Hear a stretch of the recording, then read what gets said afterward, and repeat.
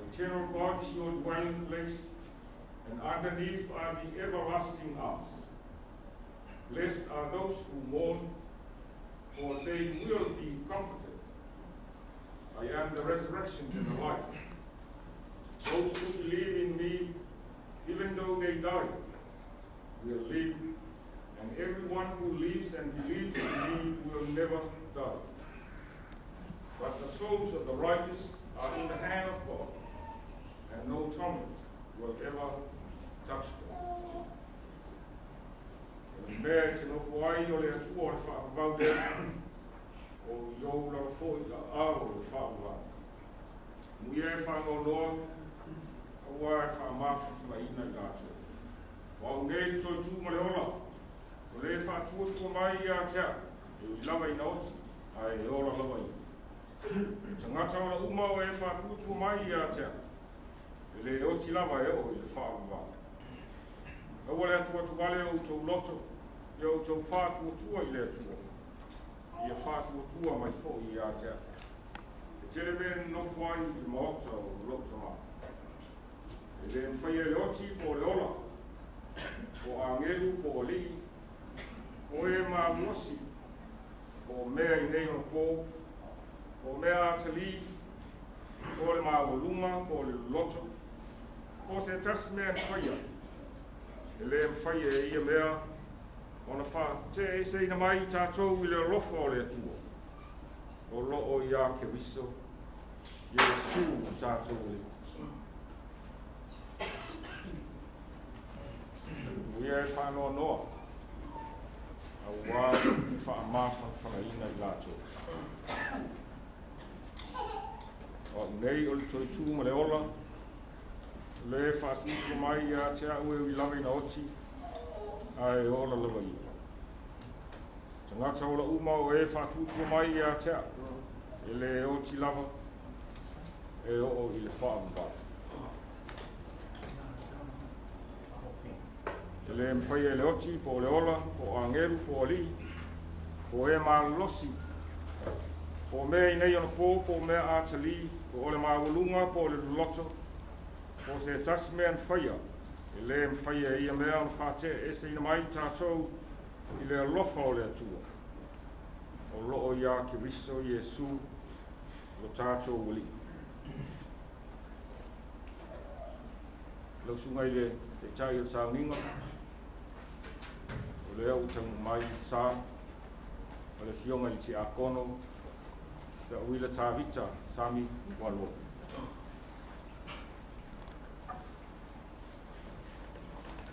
Okay.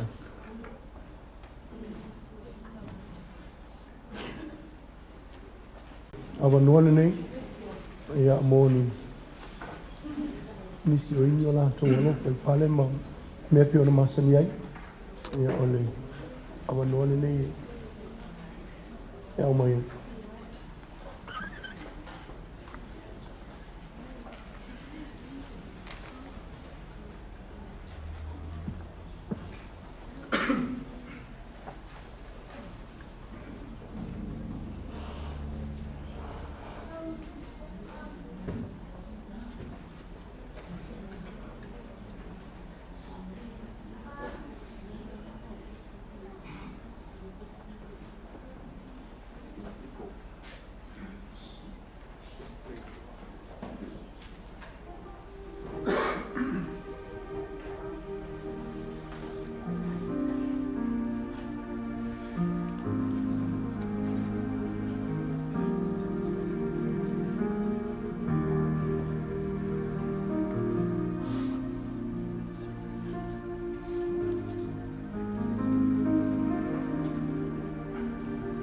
le fatali atu ia auto.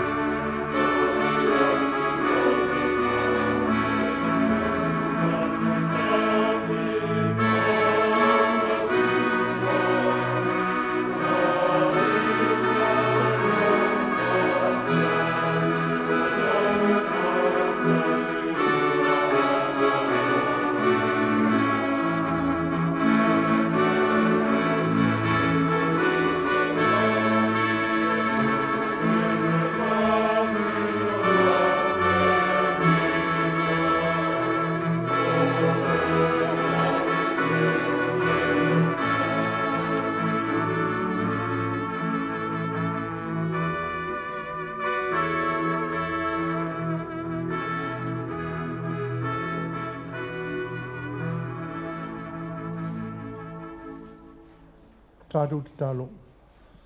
Le atua whaavaue, lo mātou tama o i le langi. O le ua alofa mai a te i mātou i le alofa whaavavau. Ma le umawhai ona lili wina le ata o le oti e whai matai ao le oli oli. E whasoa ni mai a te i mātou. Ia mātou whātalitali atu i a te oe le mi ngāo ma le ngāwai. Ia vea ilo mātou whaalongolongo i upu o le ola whaavavau. Me maua ai le ono sai, ma le whaamawhana whananga mai le tusipaia. Le atupu ai le whaamoemoe, ma si itia e ai i mātou na ilo mātou pōngi sā ma le puapuanga i le malama lama ma le while mu o lou whātasi mai. E ala ia Iesu Keriso lo mātou ali i whaola. Amen. Le a tātou vi atu i lona vi inga 5 smartas. 5 smartas i vi inga tātou te vi.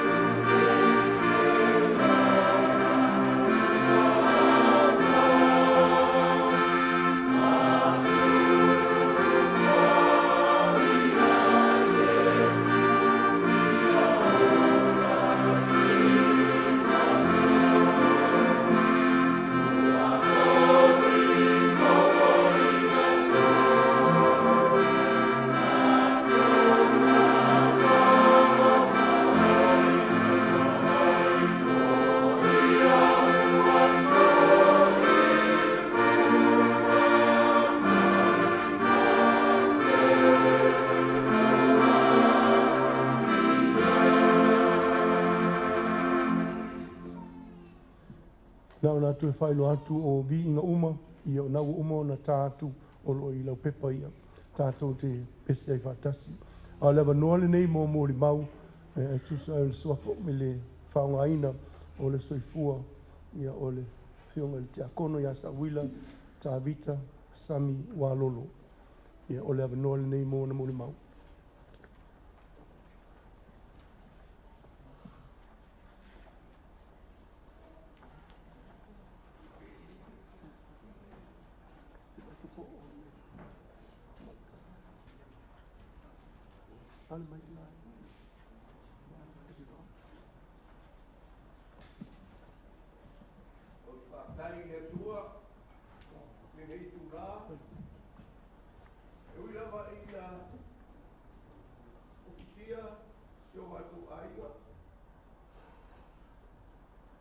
Ai mai se mamalu, sunga i whaatenei, lasi, o mawhai o na mawal nei awa noa tō while mu, tātou te mori mawina ai, e soifua, ma le anga i luma, soifuanga Sauila Tavita. O te fia whai eisi na utala lai titi. O au nei, Sauila peti, aiu. O le uso hau i al tamale o Sauila lea. Ai o te mita ta watu o tō luma. Sau iai nisi teimi o leo na ngas. La umalon whaletura. A o mato vala o ma ue ma maol me mate na no fuai. Peita iane le nei aso. O se mitanga ia te o le poto mai o le au whaingaranga pa ia le atua. Whaafetai lo tau su matara au mai tātou te mori mawina le mātanga o fie o le aso o le uso ia Sauila. Sauila whaafetai le atua. Waloa aso lo soifua. A o lea, wa e maroro. Ai te le popole o leo e hola mai lesi o uso o Sauila au. Au te whaafetai le atua. O wala au ina oe. A olo e tau tua lava i le atua. Whaafetai le nei tae au mātanga o fia le tātou mawhitanga. Uso ma tō whaafine le mamalu lasi o tō Samoa ma whai on tātou poto mai aise a. O se tasi o le ainga nei. O wala au ina le atua. Tau ina i whamanuia le atua na au auna. Wala au whaingaluenga le atua. Ma malu lasi a te o tau Samoa. Poto le nei aso. Whamanuia le atua i toi taimi. Whaafetai whaafonga.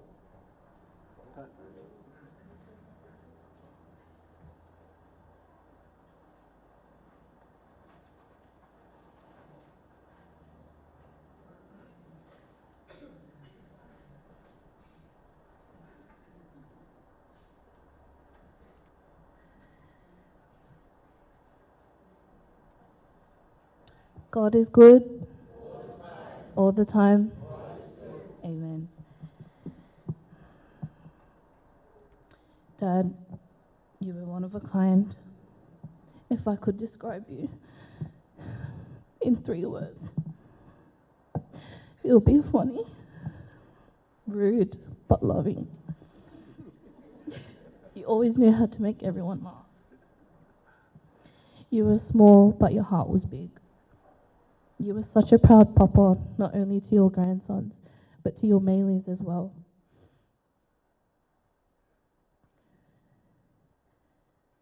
E like kiki le kingo na mako ka maa. Ai ke rēranga nofa. Malanga o kingia.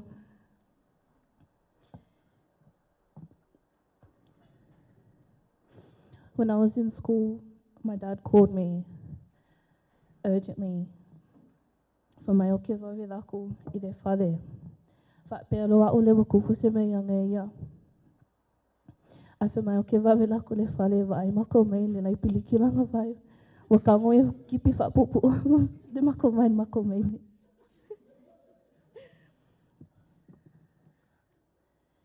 Before my dad went to work, he would always leave me a letter. E awale ngā runga whaasawawani anga mai le.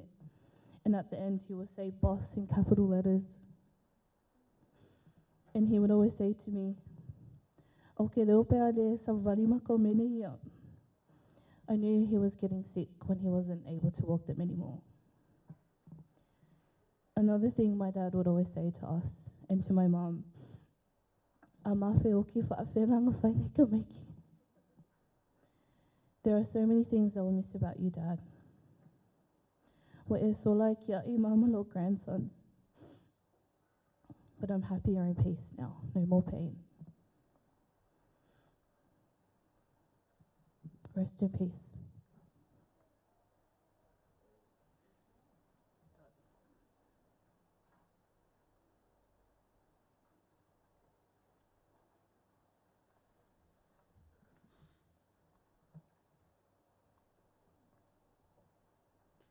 Greetings talofa, malolele, konnichiwa, ngai e fo'ile hiku yapangi si o kama. Ia o au, o le longa lua, Ia o au, o le longa lua, o le whāngau alo kama. O lo ingoa o Princess Sarah Josephine Sisfa, aka Finger. Or as many would already know, but not like to admit, but Dad's Bele, before Dad's grandkids came along. My memory of Dad growing up as his little girl, I remember back in New Zealand, wherever he went, I would follow or cry to go with him. So pretty much his little shadow. I think that's why I turned out like such a tomboy. Mum would always remind me growing up, even now at this old age, she would always say, Finger, you know Dad would take you everywhere with him, buy you whatever you wanted and spoil you.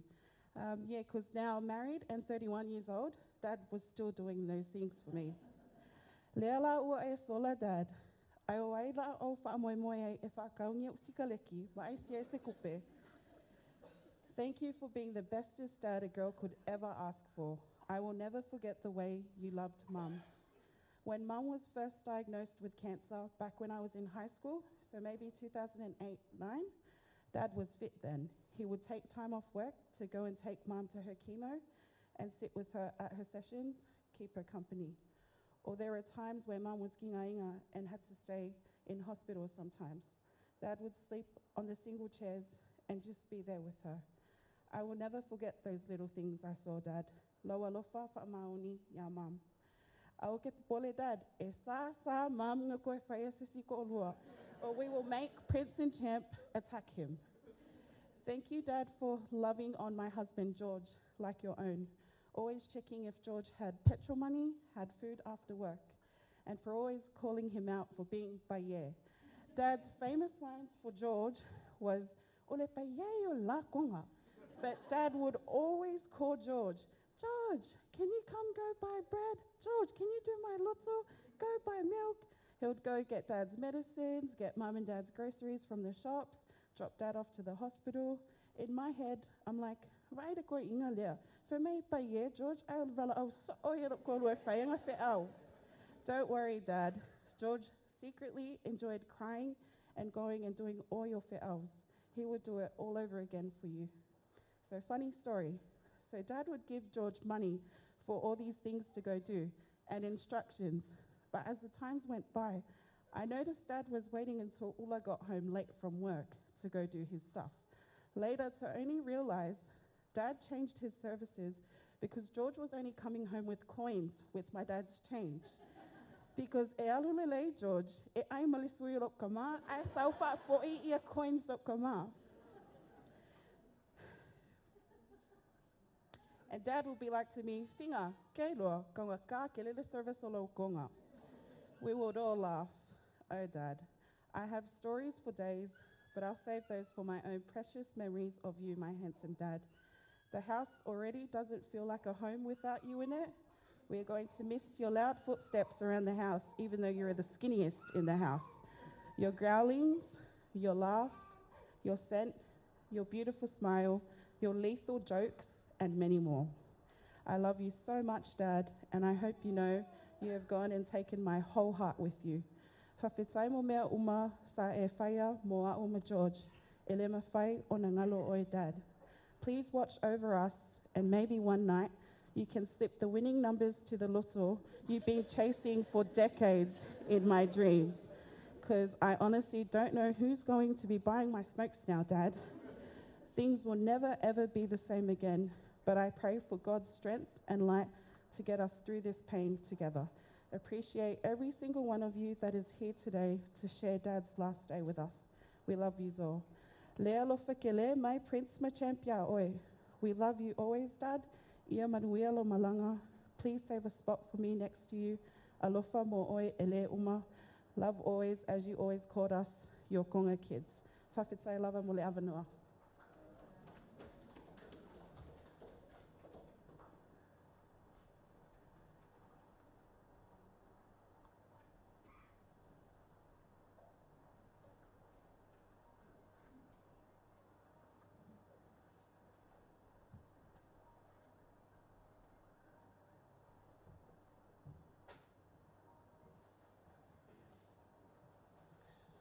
O te whamanu atu ia Iowa, o mea mo fo i te sonu ia te au, o te whamanu atu lono tu awhapa ia. Ia, ele ia loa te moli mau e mo mua na o whatalofa tau sunga i whawhia ngainga, o tau whaitua, a le ngata i lea Samoa poto ele nei tūlaha. Ia, o te manatu, ele i loa umai o tau nei tangata, ia, o lo ingoa o Mariana. O a ole uso lai titi o sifiti. Na vai tama mai o e sifiti matarita i se fulu tasi o tau sanga. Ia e tau lava la au e fina seta ma ula o le la tō uso lona tolu. Ia e fia whaia sa o moli mau e winga fo i le mātou mawhitanga ma le tuangane ia Sauila po le tamaha fo i. Ia o no o tau nuu mai ni sila le iwa fitu. Tasi iwa fitu. Ia nga o sau o la kiki lava. O sau fo inga ni sila. O ke le loa ngangu. Ai o le ko inga lea o lo ai ngangu manguia fo ila whangau. Ia o taimi nei ia o ese fo le tūlanga o iai. O wala au fo ima ua masio to lua i Nixila i ngarue ngale atua lo ma ngalu ai. E moi ese ta po inga. Ai tasi lava le atua lo tatou au na iai. I o mātou mawhitanga msa wila mai lo lai titi no tau no mene Nixila. Uma onga, mo sau fo i ua onga lea onga kaunga ave ai au. Ia lewa uma nui ai. Mako mawhikanga inga wai uma onga maula. O sa wila. E umaua ia tupepe a maua. Ai kaini e alu pe wale ai se mapa sese o manguia o manga umie ma o maula se tupe. E whainga kanga ma o whaia sa ule se kupe. E whainga kanga release mai e se kupe a maua. Ai make kawanga wa e uang au mai. E ngai e se kupe a maua. E whaukua ngai e leo langa i mako. Ia mako makukua. Ia mako loa whaasoa wa whaifale leo mako a inga. Ia lewa i manguia lo o ainga. Ia. O lesi foi mea sa wila. O se sangata e le tautala. E te leo taimi e pea nga si fiki ni kokongo ni mako ainga. E leo a o langa misa masfiki. Ia o mako feo so i loa mese a mao maula makua. Mako au. Ai ao o longa oke sfiki mfasi mako. E leo so ngana ngofongo matawai. A te hoi. Ala misa nga aula yo mako ai a fasi mako esfiki yang ngofo ala yo ngai ele bisa Sauila aviana ne no e mo e kele o ko la longa se mea ai o ke fa fitai ati oi i lo lofa fa ma oni lo ne tangata le wo umanguia ai foi lo fa ngau le ne atu no o mato wa mau ai foi o lo momoli mai foi lo fa anga o uso mo i fa pelo tuangane o ainga uma ia te oe wa i ufo i lau tau singa i o mātou mātua i o lo momoni mai o lātou lo whaanga i a manuia lau malanga God bless i a manuia nei i tū la le asu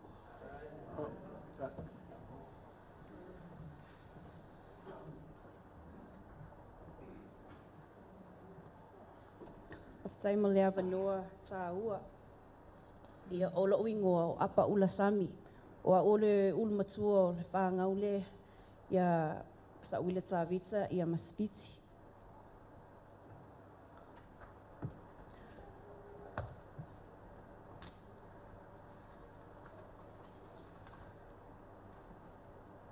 Amu ia e whaanoa noa a wai whaama whanawhanaina i lātou. Matthew chapter 5 verse 4. Blessed are those who mourn, for they shall be comforted.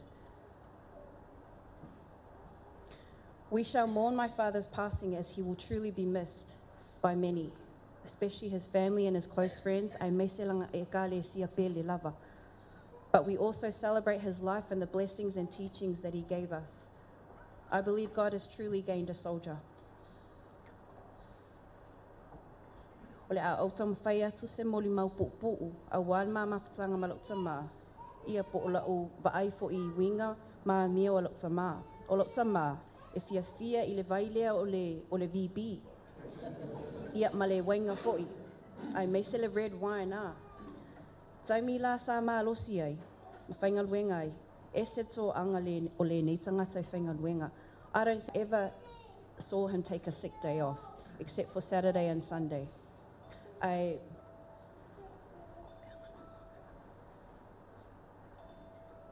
O lo ta mā fo'i, e se whiwhia o ia I le tū, sorry, po le tupe. E o loia o songi ula. Whai ka loto lea. He never missed a week of lotto. I reckon if he saved up all that lotto money that he spent every week for the last 50 years, we would have bought a house by now, or two.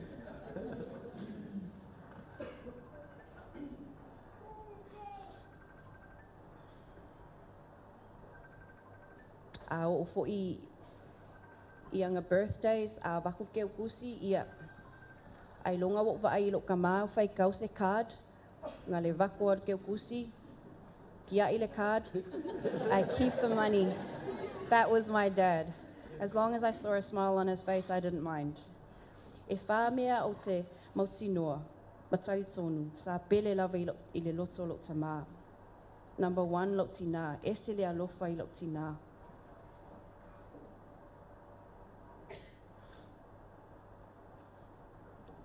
There's 3 traits that my dad had. The first one, he loved to curse. Forgive me, patulo atu. If he didn't curse you, he probably didn't like you. The second trait, my dad loved to yell. He was very loud. I'm pretty sure that his love language was loud, being loud. He mainly spoke in one volume, and that volume was loud. Growing up, to be honest, I was terrified of my dad, and I think some of our cousins were as well. If you knew my dad, he loved a good joke.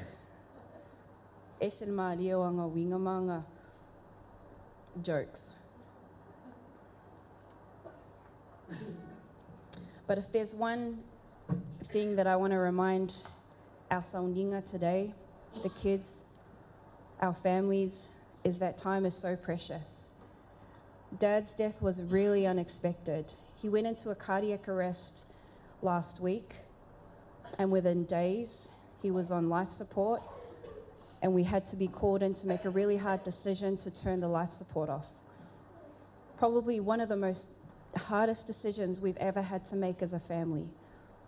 But with the strength of God, His wisdom, His guidance, and His blessings, we truly believe that we made the right decision. He's now with his Lord and Savior. He's also now in peace, with no more pain, no more sorrow, no more trouble. Ualolo malanga, Dad. Thank you so much for everything, and I praise God for the time that we had when you were here.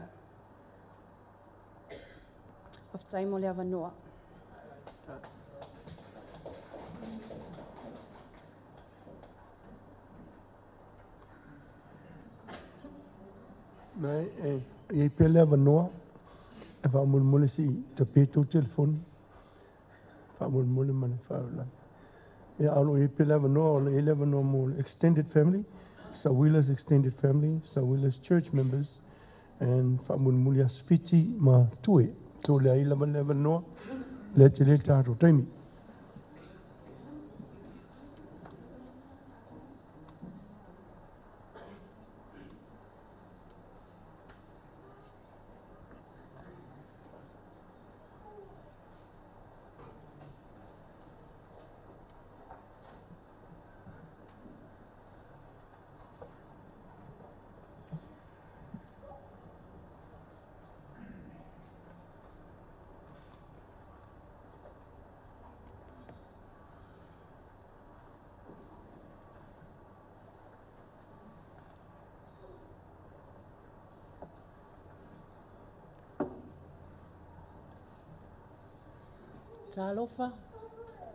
Ta alofa lava.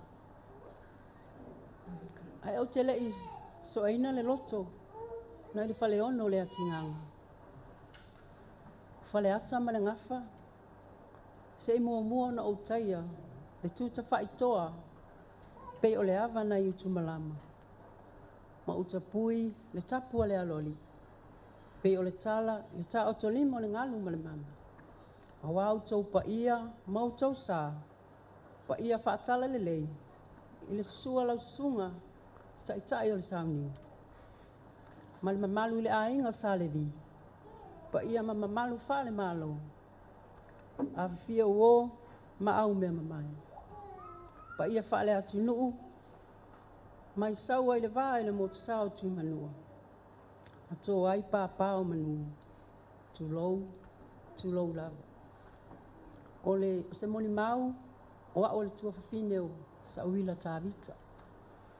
Se moni mau lona o langa i tutono o le mātou ai. Na o mātou whiola mai o mātou mātua, o Sami Ualolo, ma le mātou tina, ta e mua Sami Ualolo. Tua se fulu i mātou, e 5 tama, ia matama i tai fo e toa 5. O le tele ala o lona o langa, na mafuta i le tua whawhine o lo lātou tama. Na mātou antile o aleanga, ia ma le tamaya e veni. O le tele ala lona o langa, sa ola e ai ma le whanau lea. Ia, manonofo ai ai ni usila, ia, mamalanga mai e nei. Ni o lo fai pia le mafutanga le nei.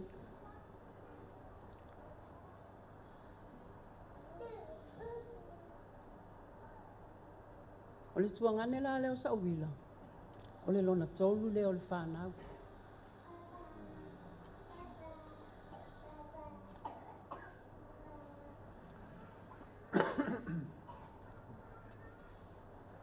O se tangata e osi ainga, e osi ainga.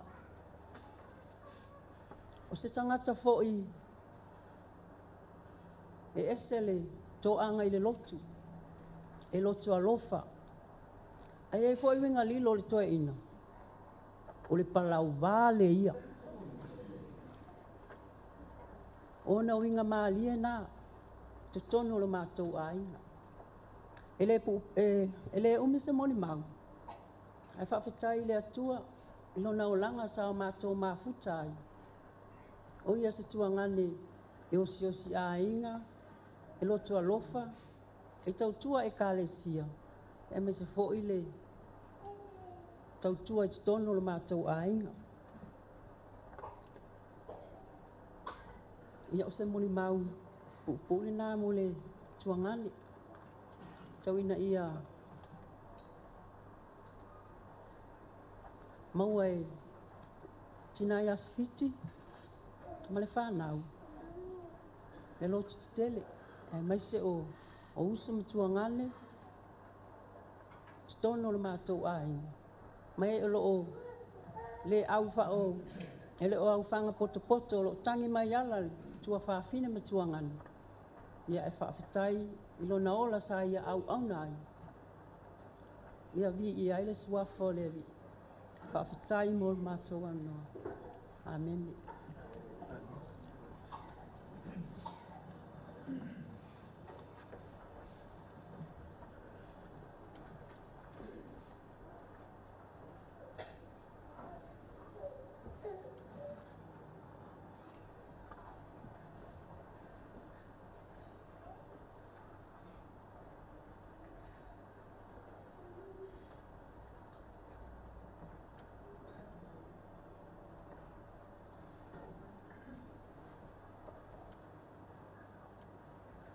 God is good. All the time. Aku pela kau siam boy me ka am kan. God is good. All the time. God is good. Kuala la longa sa wilan me ka ko le foi. Latu e vel ne ya noi. Boli alfa tai tele la. Dewa via mata yung sa ningan leyas fa pe fo lo wa le mai ta watu ma wol wa o O le to tele o lo tono o falen nei. O le ainga atole o Sauila. Ia mo le sila fia o lo tūlai. O le tamar to fine o le to ina le o Sami Ualolo e whanau o Sauila. Lea fo i lātou tangtanga i mai ai. No tamu whai lau. E whaapai e lai titi lo tino e whaafitau i maritino o Sauila. Ia whaafai ngō fia ai ona i loa o maa ua seuso. Ai ui lea. Ia o whaisi pae e tele o to ina.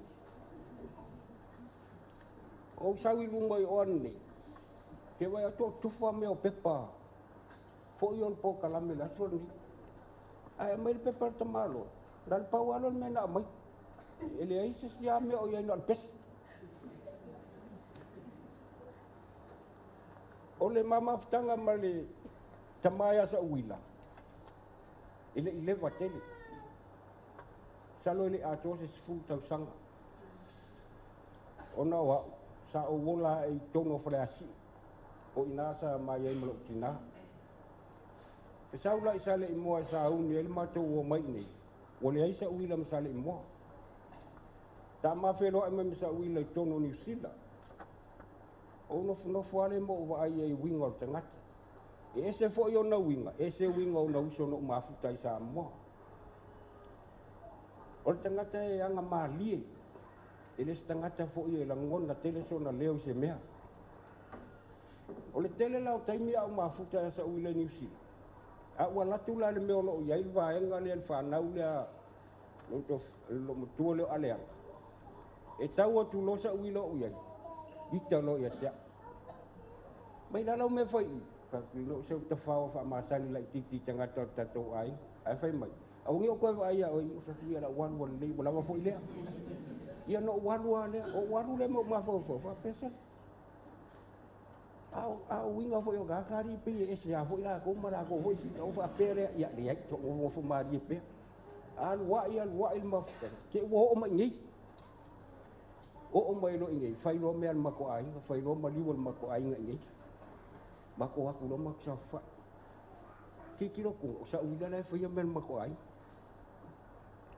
o ngo fa le fai mai dari me le fai so manga ko o fa so o le ake manga ko ia le se me le ngai o me ki finga o me ngai fai ia fa umi fo istal ia no ma ftanga ia no winga setengah tanga mali ma setengah tai fai mele lei tono matou ainga. Tele o mele matou ainga sa matou wha Moimoi ia sa uila. Meo le wā i whafo ma whali. Whatinonga me whai al matou ainga e ala i whaalawe lawe ma me tu. Sa matou whaalangolango tele a tia. Sa awe fo i ele matou whaatuatuanga. Matou te langolango ina se me fina ngalo iai. Te ilo ua wanu la sto na ina te ane. Wal mata noa fal ma. Te ia lo tu. Mai fea biei. Te kungu sau wa iyo le ufa alongo ma. Te meo kero ma. O fa ale ma ia la me ke ngofo I fal ma pe afi kire ma. Fa sto ale ma le tama. Ke ufa apea malang kala kia. La sau fo mai marfangu fa aperte le tungu le vai. O fa ko nga fa foi mai o le fangu le fa mai fo ma. E kango ingu. A le ngua. Salo pe ko waso le ai. O fa o umaranga I fa mai. Ke le o ko manga o ai se me kas. O fa o fa le lave le o. Le nga ke poko ku lo fo ma. Ala ai ngua la me fa ko me o fo ma e fa fa pe nalo na lotu olanda tala ya tia tala mulin batal no la fa e yai se me mo mafa no mafa fa ole tala sa uila ole ai ma se me mo mafa na me ma ye toi yo fa tu ye wala wale o lo no mafa ma vai la wan fa pe ma lo lan tala ya te finga tau tua nama o tatou ai.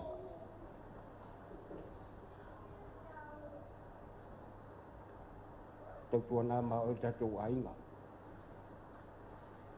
Awa, ele ia iso mā whau ili nei tua ngā taimi whapene ni mea whaia se ainga. Nā wha mao popo malangolango i se mea. Sa wha Moimoi a se uila. Ai ui lea. Ia o tātou loto whai wana. Ai pule lava lea tua i mea uma. Whaaftailo na ole tau tua. E kāle sia whaaftailo na ole tau tua i tonu si o mātou ai. Le asa ngā luenga wana i whaia. Whaaftai sa vi i ai lea tua i mea uma. Ma losi ma leola, sa whao ngā. Ia maua pese vi inga o lea tua. Ai wau fia whao ngā ina le nei awanua. Se i o whao ngā ina le pe pālangi le na o mai. A leo te wai atu ye. Na ole pese le mele ye. Se i uma. Oi ia le le. A koe whai la kouko. Whai wha akele. Fo inga le ia mai la nganga. Paula le menga mea kamaro. Lunga winga wo le lava. A koe whai riskeni whai a lava. Ia manuia tele lava le tatou mafutanga nei asi. Wha manuia fo ile. Tai o sauninga mai se ia. Lo au waa. Ia iai pele alofa ma le anga leo le atua. Whaatumuina fo ile mana o le anganga. Ia aware se anga iai le tūte mwhaiwa. Tofi ai lo tō soifua. Ia aware le atua malongo fina ngalo. Iu mai fo le nei tu ia alofa ngia le atua le tatou mafutanga nei asi. Se a iai tangata o tatou le ainga. Awane a vele tatou no nofo umi nei. La iai le umukuka i tua. A iai tangata o fia maua le wha amalo stino. Wha pēnā. Nei a vea nei mea na ratu leo sesi matapongi e whafo. Ia na tau lea ngai nai leo le aso le tō ina. Ai le leile whaima maua se wha amalo stino. Ia mal wha alo alo tele lava wha aftai. Iai langa leo le tua.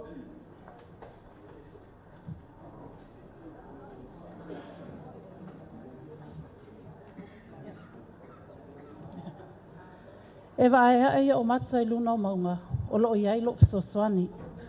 Whata lofa lau sunga tai tai. Ai mei se sunga whawhiangainga tau whalitua le nei tai au. Ia, o maa ua nei masi o uso la ititi lea. Oi, sorry, e matua ia au. O maa ua ia o le whanau lo matua leo aleanga. Le sata ua le molimau o tu whawhine. O maa ua foi. Tele le taimina matou mafuta i Sauila i Nusila. E whaapopo lava le molimau, ana o tamai me la iti ai whaapopo atu i molimau, halong whanau. O Sauila, i le matou mafuta i Nusila, o se tangata e to anga e whaingaluenga. To anga e whaingaluenga ma fisosoangi i ona matua moni o lo i Samoa, o ntua whaafine. Mena e tau maile loto alofa. O Sauila foi, tele i loa po to i loa, a savali Sauila, a e le whaatafa, a so e Sauila te pau e oti, o le masauna o savali e Sauila. Au Sauila foi, e fefefe o maita maiti o matou a inga, ona o longa leo tele. E o foi ia te au, o te fefe ai, o se tala pupula e whaamaoni e lo fefe ia Sauila. E ile taimi o maala iti, a sa whaita alonga la kapi i le vao le au waa, masali moa. Na maa o lea masi o uso lea, whape mate matamata i lau ngā toni ia. E matatau nuu atu i nā le whalenga o le family level, le EFKS Road. O iei le whawhine o lo tu mai lunga o te leta o atu le no si whine te o matamata mai le life le fia ia teo. Ao iei si whine nā e la po atu tua i o whine. O lae wala au mai upu masoa, wala au i lunga upu masoa, le tu i o luma, wala au upu masoa i lunga. O au la leo o titilo atu. O ai whamai lo Sauila, tu lou lava. E ke mai o maka le tu i loa. O whai aku, ai se a whamai, o au ngai palau vale mai iai. O ke kilo kulu whingi, o kape o koliaka, au ki kingola i kiki. O au la wo fefe, ai wala au mai, o ke laku loa tu i malo uku, tu i whingi. Ia, o au la wo fefe, whamai lo si o uso lea, ka hue kui. Ka hue kui. Wa ele kui al whingi ngā, e sau wila ka kui ka ua, kui whingi. Whamai ku mai lau ako, kua kulola o ako si o uso lea, ia ua pea i lunga fo ingange e kau kui lau lo whingi. Ia ngā maa fusu role mal whingi. E va ai mai la ko lo finge le fa pio ke fia malosi o ke pala ai ya. Ai va ai mal ko lo finge o ki e lungo finge ngai ma ka fuki lo finge. Saulo le kama le ko lo finge le fuki ya kuma lo ulu. Ai ka mo e mai yasi o kuangange la lo wa va ai mai. Saulo Sauila kui ma le kama lo le. Yo le mela kupu wa fai fusuanga. Wo i lunga wala fusuanga. Wa vili leo. Fai kulu Sauila ka ko wo nge ke wo yo lo makue aleanga ka ko fusuanga nge fai. O le po fai lo makoko wa o Sauila maula. E kau kele pisa lo makua ka kwa ko momoe fai ka ko mangu ka au. Ai o ka po le mo ke moe ma Sauila la mo i longa poku maua. Ai falongo mai waku le ko inga sale moa. Fa pele le ko inga i lo kinga aleanga. O la ve vele o ka mai ka inga fusuanga inga fai inga po. Ma fe o sofi me lo fe ku Sauila weka fio lai wai loe le lo makua. Yo le unga nga me nga lus ko inga e fasi mako aleanga. Ia kusala o le winga nga lo kala o Sauila e ka ke fefefua i longa leo a le loko a lofa ia makua makaokia. Ia o le mako wolanga nga masi mako kuangangi o Sauila. E Sauila nga halu lo malanga. O Saul vai aso le asi mai oe maka wha maa vaile lei. Mala o kala ia ke oe, ka wivi lo mai. Our family, we are fighters. Kau ke whi ngawi ka ko mai. Au ke lo foi, ese lo pala aima lo sola. Onga e ke musu, e ke kangua si fiki. O ke lo le menga wa e solai, because you could not say goodbye to your wife. A leu wha apea se e mua, a wainge e kangi a sifiki. Ia, o si mori mau pupunga, mori kuangange, wha awhekai lava sunga, wha awhengai nga mori avangoa. Ia, whakai lava moro avangoa. Ia, waulea le ingo ai mai kai leo a Paula. A Paula ngau lai foi Samoa, o foi le ngau fai aku si o kuanga whamai. La wola si o wafinge. Whai ingo ia, vili loi Samoa fai lako ai ngai, whai ingo le kenga ia. O le foi la ingo ai a Paula. A o se saafia finga o ke moli maua koe foi i le alofo nge kuangange ia i mako. Ia wa pe yo aso ye ngusila a fiaru kenga siva. Ia ele mawhai anga kuwer kama. A wai kauanga ia i se avea. Ia pe la lo wolanga ngusila. Wa ua sa ka uen mako ai ngore sifi. Wa le sifi o le ka a pia. Alu ka whai me ia Sauila. Sifi e alu le siva. Ia pe la o Sauila masifiki. Ia ua kangaka ia vea. Wa o fiaru o siva wa lo whangoi lo kama. Ko saulo le siaso whai o ke unga maksaungi mako wo. Whai so ala se awa mio lea. Ia ilan me ngai kai Sauila ia o whakuloa. Brother, mai ia si wale whaingangi o mako nka tika. Mai ia le saungi, whaangoi. Whaangoi o saungi o sa wali mai loi lumau ki o ka wale. Whakako lao mai. Alu o ngofo malolo, wakele lo whalonka. Ia o sa avia finga la ia. Ma mori mau ai lea o langa lofa fo i o le kuangange ngai ia Sauila.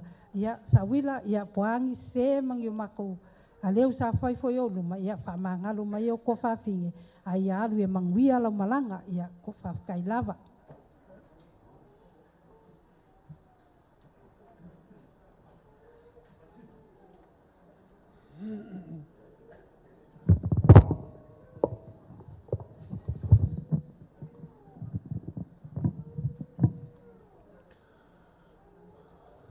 O le tala e fai le atu whangaloa. E fisanga lava i matangi le moe. Ai li ai mata autu ale solo. Me lea e mua lava o na o whaatulou. I le malu pa ia o le atua. Awa o loa fio le atua i le mea nei. Tulou na lava. Tafa funga. Lea susu atu le sunga i le taitai. Sunga i le toeina. Ia e mai se foi ia lona awa. Ia le foi mata watu o lo malu le aitu le oa. Pe o le tala ia tufunga uli. Susu mai o nisi o lau fai ngā luenga pa ia ma au auna le atua i fata fai taulanga e fia. A o le foi mata watu o lo malu foi le atua i le oa. Te pe o le tala ia tui ma le atua ia o le alo po o le o tui tangata ola. O halo ia o le tui manua. Na to tofi ulua i tu mua. Ya fio tupu mai ia me se foi o le fale o polo tofinga pa ia mal malu o Samoa o poto. Ia talofa lava. Ia o lo ingoa mo le silafia o luatua mai sale moa e seu manutafa mai fale alupo ia a o semi e pati ia o le ingoa papatiso lea. Ia ala aleto e fa iloina o au o lo unofo nei Samoa. Ia o au o lo tausia lo matu ainga ia i Samoa. O le ale tele sa moli mau. E tali tonu wa lava matutoe moli mau ia wa maea. Ia manisi moli mau o le a o lo tau foli mai. E wha matalaina ia le soifuanga o Sauila Tavita. Ai na matu wola mai lava i Samoa, ma malanga mai New Zealand masau nei. Ia matu wa uela i titi. O te aonga ia o lo. Na o naita aleni Sauila. Mua e le lei tele fai whatoanga.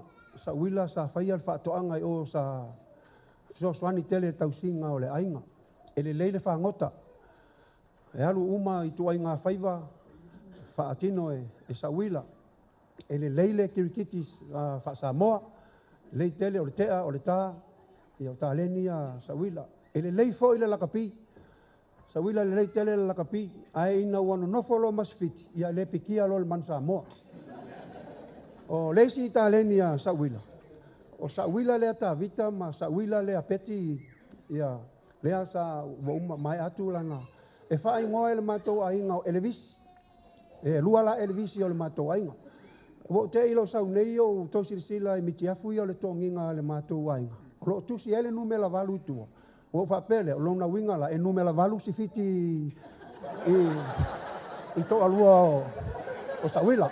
Faftai la ya sfiti le woto e fa mnatu mai tau. Ia enu mela valula ia ia ele leile musika o Sauila ele lei ta piano ele leile a opese ia tele ata leni ele lei fo le pese ele lei fo le mio valea ia o le palawale ia o ta leni uma ia ai a tu fatasi ia ta leni o le alofa ele ai lava seisi o matou ele mo mau i le alofa. Me lea Sauila, ia walama la moli mau. Ia e mamoli le nganga o le whaafetai, o mele le uma, ia lewa mātou whaawau. O mele le anga uma, ia lewa mo iwa mātou le anga. Ia e lewa toi salamo mātou o mai. A e manuia lau malanga, paua lea. E tautala au ngā ruenga. Le fo wa iai o mea uma o tutupu le. O lesi lea ta leni o Sauila. E o ia o le whaila unga ile. Mato ainga. Whaalawelawe uma Samoa le fo o mai nei. O lo whaatino pea le ngaluenga lea whaonga ina. Ia o le anga nuu ma tūlanga whapena. Ia Sauila, o le upo le atunu. E masani ai, e le mawhai o na ngalo le ala o le ngata i lunga o le papa.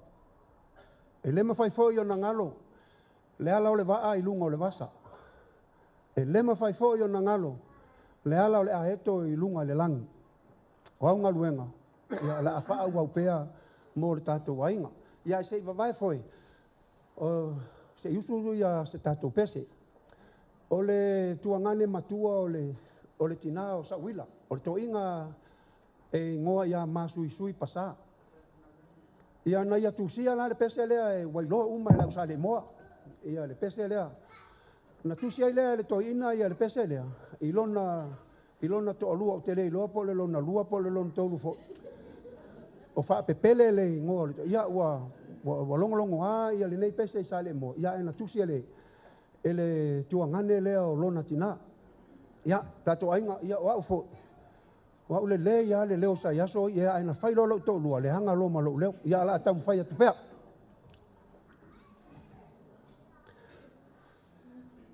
wa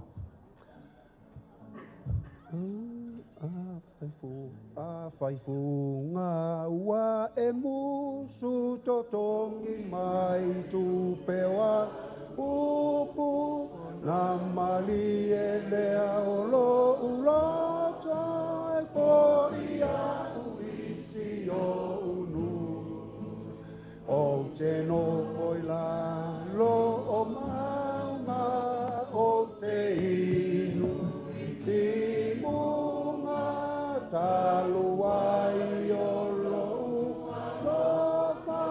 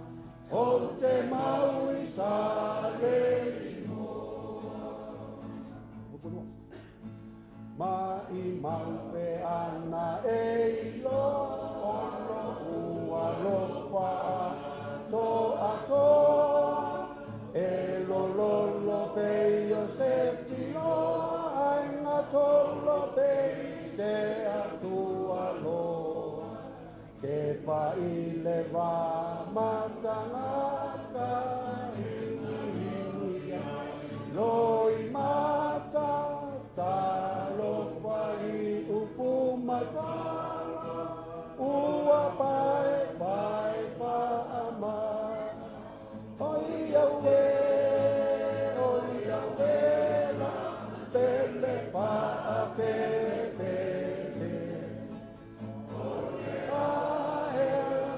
Manatu, ole ato foliau, for brothers, ea olo usuafa, afaete fia iloa, mausale imoa. Ia langsung ale petai, male loa. Ya, ia foi ale tapo inga le nei tai au pa tai.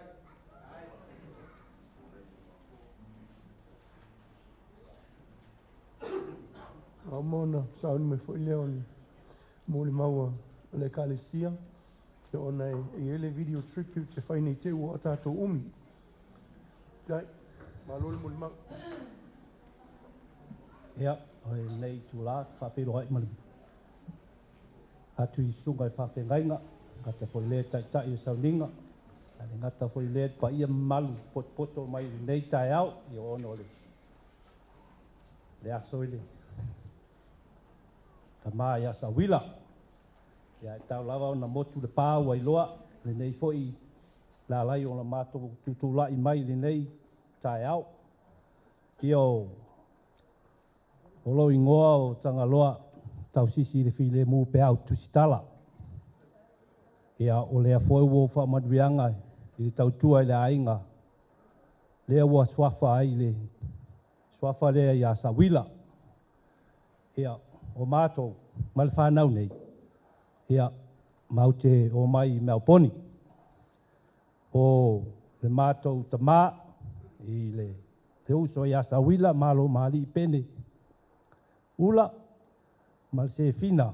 Ia o le ala leo mato o mai ai ono o le lofa o fionga ia Sauila. I le mato a inga, le ngata foi lea, i lo to lua, mala whanau.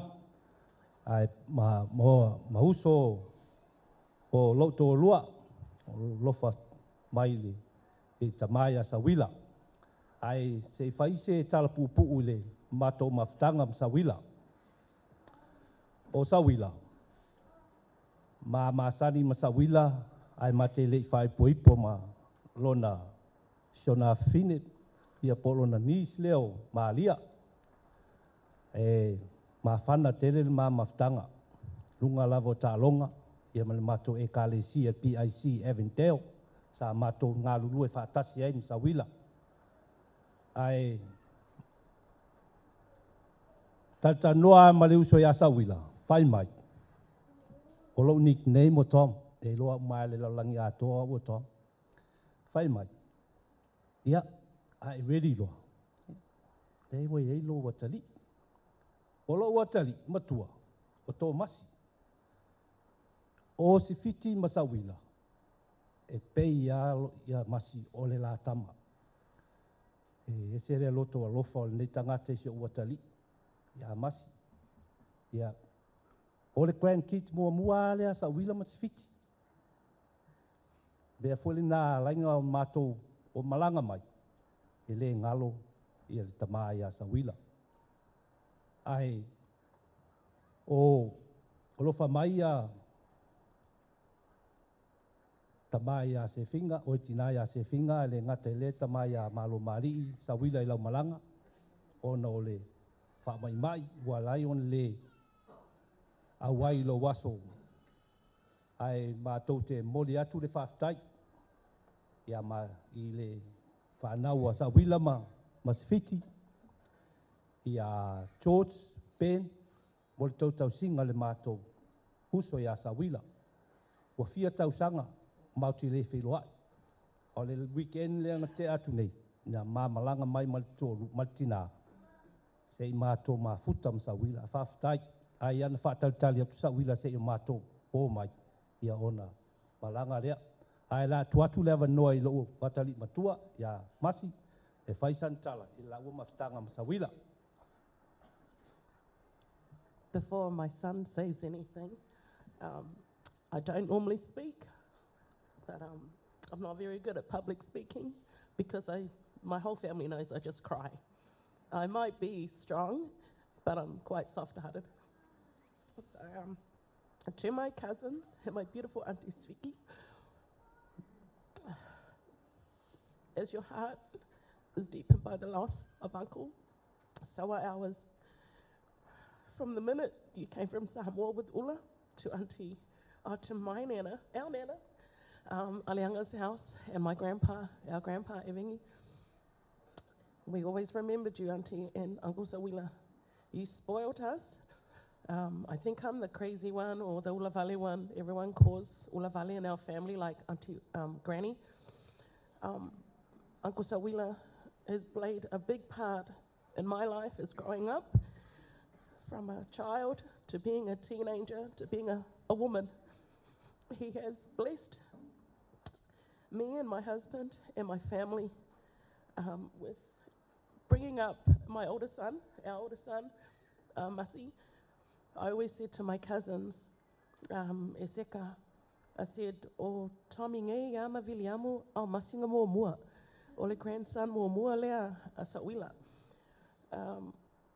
We love you, Auntie, and we thank you to my cousins for staying strong and looking after Uncle Sauila. And to the in-laws, to George and Ben, thank you as well for looking after our uncle. On our visit to Sydney last week with my aunties, my dad's sisters, they were up here before, we went to visit Uncle Sauila at the hospital.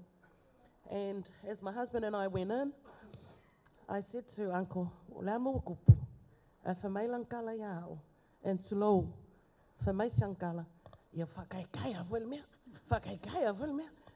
And I said, yeah, e mai la sa whango VP. As you heard, that's his favorite drink, and we've always known that. Whamai, manga ia wadka manga whake ia kingo.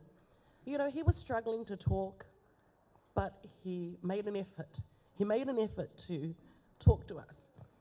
And as soon as I mentioned my dad's name, you know, his face lit up, and he was saying, how are the kids? And then his last words was, Sauila Paula makelo.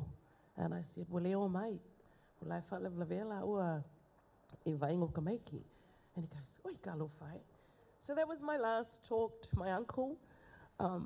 Thank you, Uncle, for being strong, to sit up and have a chat to me.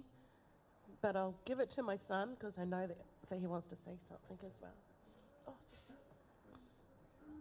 Yeah, naro mam dad sai.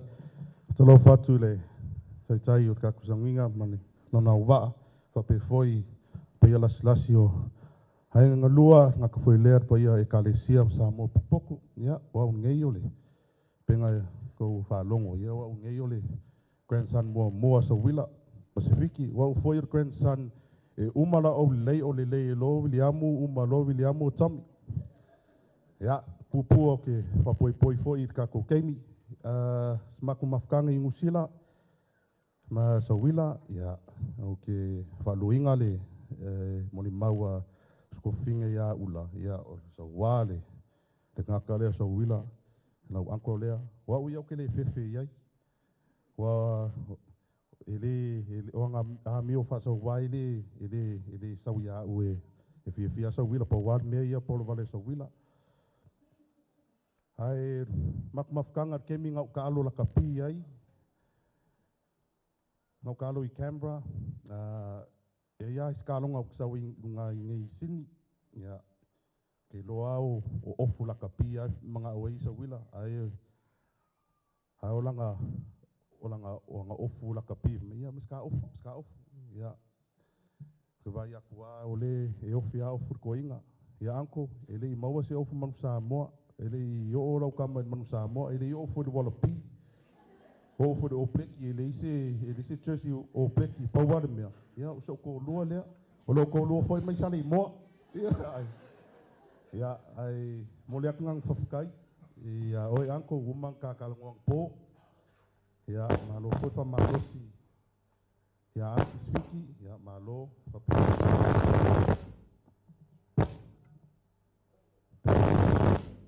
Peo fai mesa wila wana balona. Manguia kakufuanga malo pakai au pengaruenga paia le kua ya manguia malanga angko. Tawi ya ele la fa umaku mako mon mau. Ya ele se mako pese. Ora mako mili la fai ya mili meka go mili. Hutia. Hey. Taika. Buffalo. Ya malo pakai.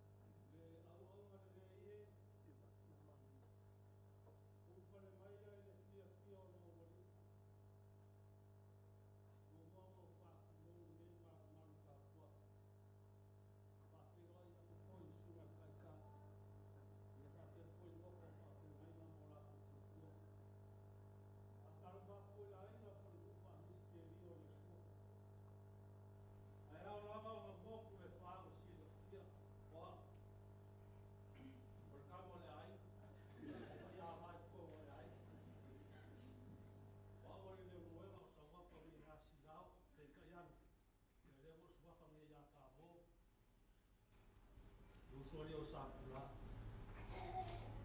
Ya o maki mo fo mali fingi o Sauila ko. O lo kasen o vai le ya mo li u le boafe ma le lima. Au kula se fai singa mo le mal. O ke a moia ka ya o mai ka miu fe ngai malaka. Fa le o mo ko am ya. Mla o lo mo nga fo. O ka ya o ia so fu mo ia sa. Mako mafu como Sauila e Sila. Mako ngofa kashi. Finge leo no kama. Ada. Skamata ko anga lo. Ko lo ko te mo Moimoi. Ka ko ai me dele. Ko ama fo lo, o isi aso ma kior ka koliko, ma fo ka koliko. Ele fai no anga Sauila, a fai na ko so so mlaior. E ti ko ele mo pasi a mlaior. Ka koliko. Ao que eu sou sabe só em lá Sauila o ame a dois Sauila fez na mão a fez na mão é o ama foi a do deu que faz só em lá e caiu e o cara do time dessa só fome aí Sauila mas logo aí kick cai nem fala aí ali o le foi ela para que sou dessa na rua mas lá Sauila depois o cabo vai a comungue ele vou falar uma por ele vou ficar como ele o Sauila se kanaka po anga ni ro na rua mau me le Sauila kanyak me le sa fa e ko mo ka ai que le veo isi aso ma que vai ficar vai escolher não vai se uma rua para ka ele puxa na ka música mo foi mai ka sa vai de uma TAP ya ma sa vai foi uma TAP a fez uma mau ya ma ko mai na ya le la wa ni Sauila Io vai a solo il mio cap. Ya, no es. Ele pode apanhar na cai mo me deixa foi como a vai. Cai foi lá o manga como nem foi o forma de carencia. Então suma ele faz a laina para foi como ele. Io olha o louco, ya. A foi sai aí fala como se o marco uso nele. Ya, ya que aí lá ya como. Alma que fia, como afgana.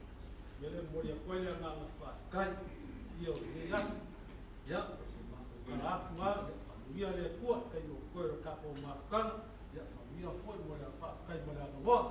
So fua mo ia mangia, fua fua Yesu. Amen.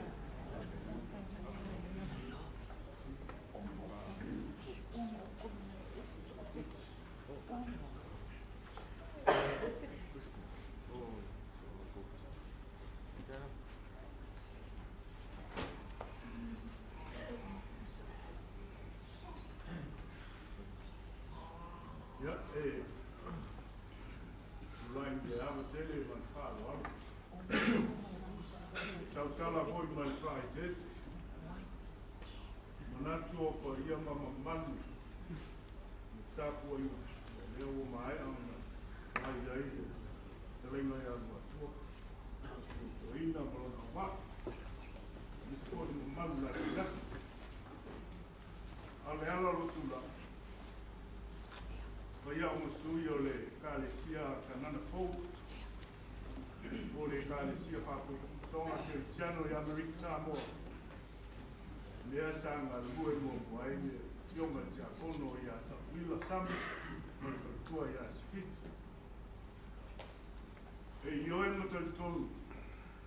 Moni whamaoni uma moni mau sao tu whafonga i ai. So i fuanga lue sunga i le fionga tia kono. Mato mo mau mo ia. Le tangata nau ia le lei ona fa tino fua ma Le pine fa mau ona mato mafutanga ma tionga tia kono. Le aso lama na momoli ma ele mato tofu sunga ya Filipo Vili ma fatua e falmo. Na pine na i fa o fale male. Mata fale le fionga tia kono malona aina. Ia i kālesia. I saua ia lea o le malua le fionga tia kono. O le tangata i le alo sā i fuafuanga e whai. I ofo a tōro na mwhai. O lona tō mai. I o lama fo i ina ua fesu ia ia taita inga o le ngālu e. Sā alo sā la wale fionga tia kono e tu e tofi o le kālesia. Mātou te doa le leilo na whingalo. Ai penta iane walu atu. Sungai fole, sungai atu mau ma le tua ia ai. Sao mātou tau ana wina lava le fionga sau. Sao le sungai atu mau e mana o. E se lava le penta i fono a le kālesia. E se whainau.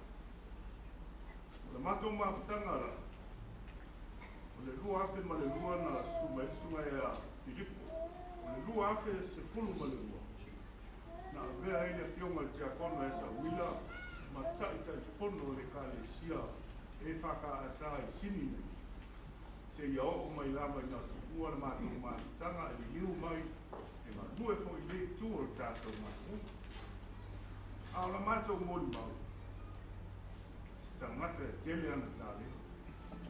Ia e moni mau, au asafo ia o lo whaunga aina le aso nei o lon toi aso. Sunga a Filipo, tafu, sa alu ia le maarosi o to ina nei. Pale mai a tamaiti nei le ngā nuenga le tua mo le whaunga aina. Le maa le malama ia o ino pesi. Wha upu ino pesi. Le ngā nuenga na sa whea ngai ma te maani. Wha whetai le ana me arofa. Lana tale, na tofa ina mai, ai le ngata i lea ron soi fua au auna i le mawhama tala ina. Ia uso, sa wia na atu. La o mātou no nofo mau whamu ianga ma tāleni sa e tufa mai, mātou te whaawa wina le tātou ngā rena. A iai ni o mātou se le vāwhenga iai, le tātou mawhitanga. Na mātou te tāno i atu, wha māngalo tātou. Ai o la whai watu sa mātou tamai mōi maure se pesi. Ia ua lofa i le mātou mai asa. Pesi se la wonu fulo le kāle sia koe kū tātou.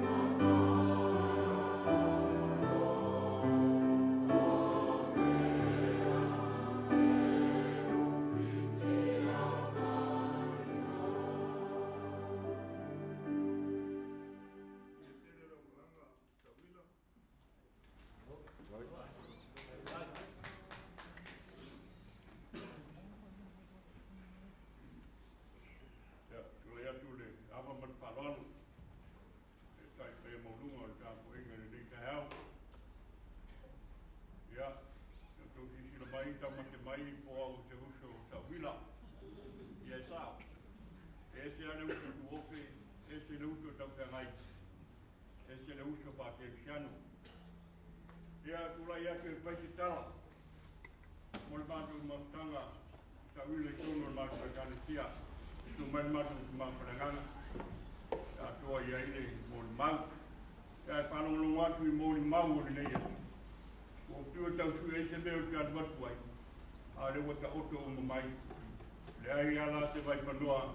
E koe o ia i o te wha moi i mwhasa. Mo le mau umane. Pau anu mea le tia whailoa. O au penga ang Sauila. Le wasa sa au mai tono le Kalesia ne. Pamalulu atu lua tua man pai o inga lua. Le ia se meo sa ke Sauila i nā. Le wai tono uma le Kalesia ne. Ana au penga. O le uma i maula au penga Sauila. A le ua matu whamaina. Ona le ua whamanui nai matu e Kalesia. Ia matu mun maule. Mun tamaa. E sini lama ia te ia. Le alopa, le o tai. O tangata e pito i silu le fia lo na olana. Sauila. Ia, Sauila. O ani se o la Kalesia whamangalo mātou. Ai ta malana pai ngamlanga. Mawoto no wanga tu e whamavau. Tātou to e te roa iai.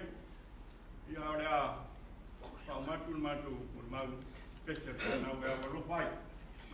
Mai a Sauila.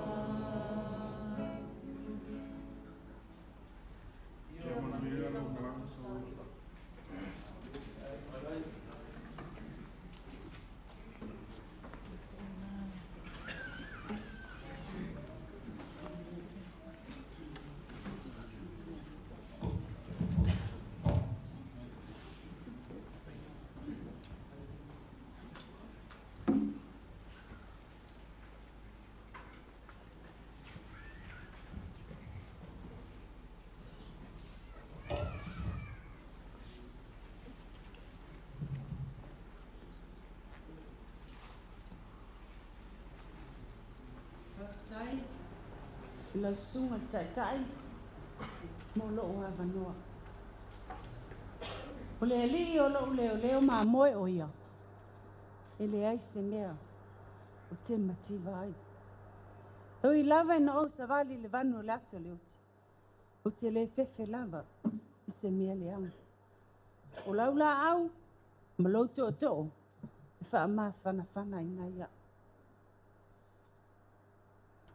o Sauila Tavita Ualolo Sami na whanau o ia le asovalu.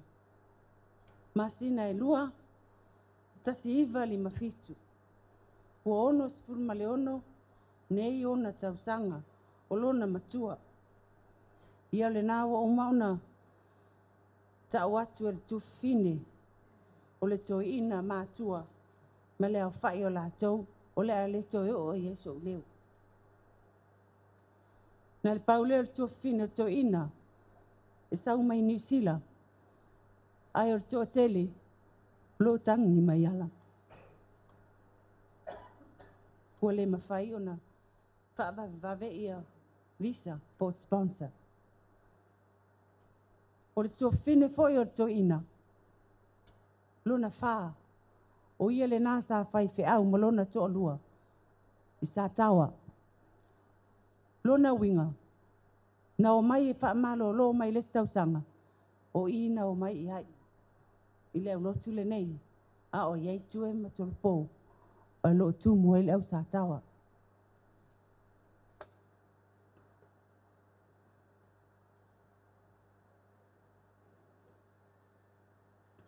E toa tolo le mawhanau teine, e le aise tama. E toa lua le mawhanau na vai tama. O le uso lai titi le wao, sa fai atu le molimau. O lo sira fia umai kanana fōu. O no ina sa whaavai mai ai. Tau tua lotu po le ola lotu po le aonga sa a le whanau. Tau sanga le antea. Sa ma vai tama ina ai fōi. Le tama lo uso matua. Sa fai ngoe to ina. E ngoe le ngoe to ina. Lua afe malifitu, na whana wai. Na whai leo lo tamaa ilo usu. Whai ngoa ia Tavita. Ina o umauna le liu. O le ngoa pālangi o to ina. O David. Sa au whai ane ia Tavita. E te ilo le ngoa to ina. O David Sami. O nai fo ia te ngoa ai. Io pepa le liu. O David Sami. E le i tau valea lava le ngoa to ina. E o lava le whaai ua to ina. E le i tau valea.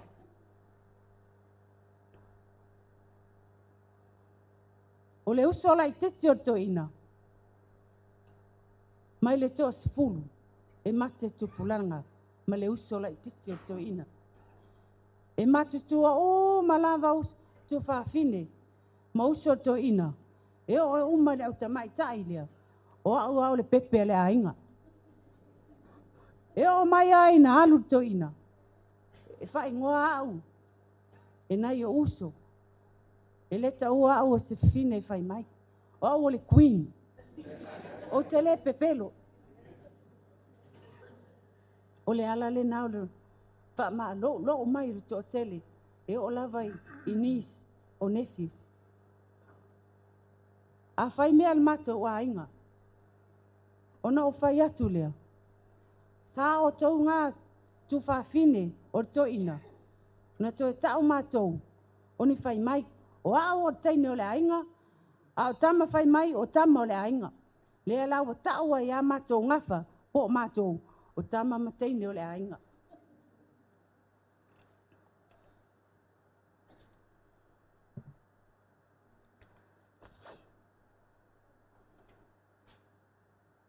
Tasi iwa walu tolu.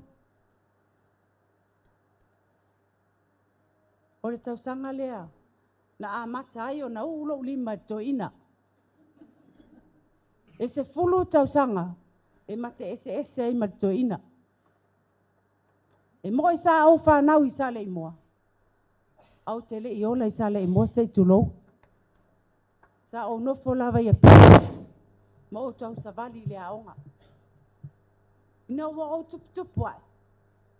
Wa o fialu i sale i mo te tawhau weekend. Por 15 le nau tau sanga 11. Ona o walu lea.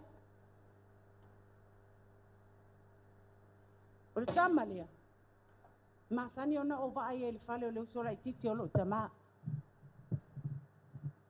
Por tina o lo tama le o te inu ai. Wai tupulanga le usola i titi o lo tama. Mai lea. Na vai le ia te au. Ona alu le su e matopui ainga. Po ka sengi po o tausonga. Oi si la teini. Ai fai atu o tausonga. O sviti. Ala me ese ia. O le matua au le leia teine la tele pepelo. Ai wa o le matua inga. O le tina o lo tama. O le fiti ma o yo. Full fiti. Ala ese ia ala le fai ngofo le ngolo matua. O inga. Sa tau ai au. Tavita. O lana fasao. Ua mata nganga a fasolo a toi. Ile tama la kapia sa le moa. Wa le la kapi. E ta alo ile ei. Ko e wingi le au la kapia sa le moa le ei. Au sa vali aku le malai. Pai mai fasao. Pusau fasao. Sei tu low lava. O upu malalangi. O te vea iai. Au leanga. O aina te mata nana iai. Pai mai fatali oe one day. Awa. E fai fosina sim dio to ina. Wa leva ona i New Zealand. Le ai se alu iai o lo mafafau. A le mafafau o to ina. Potamo le ia. Wa matu asau atu o fasau. Ai fato asfuru ono le na o tausanga.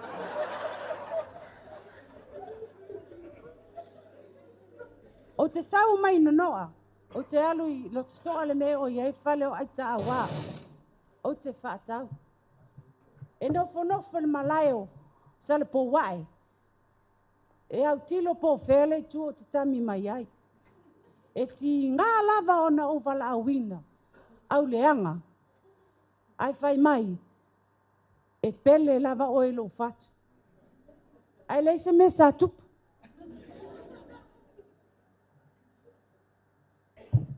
Se tasi o aso. Ona o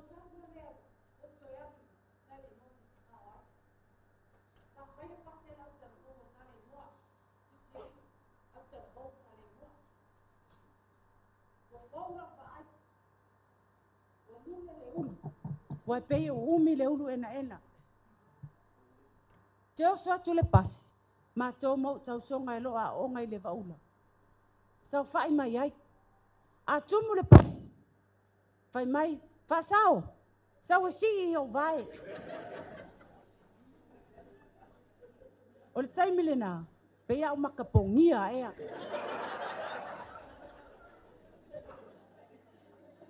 Ia o nā watau sila fia.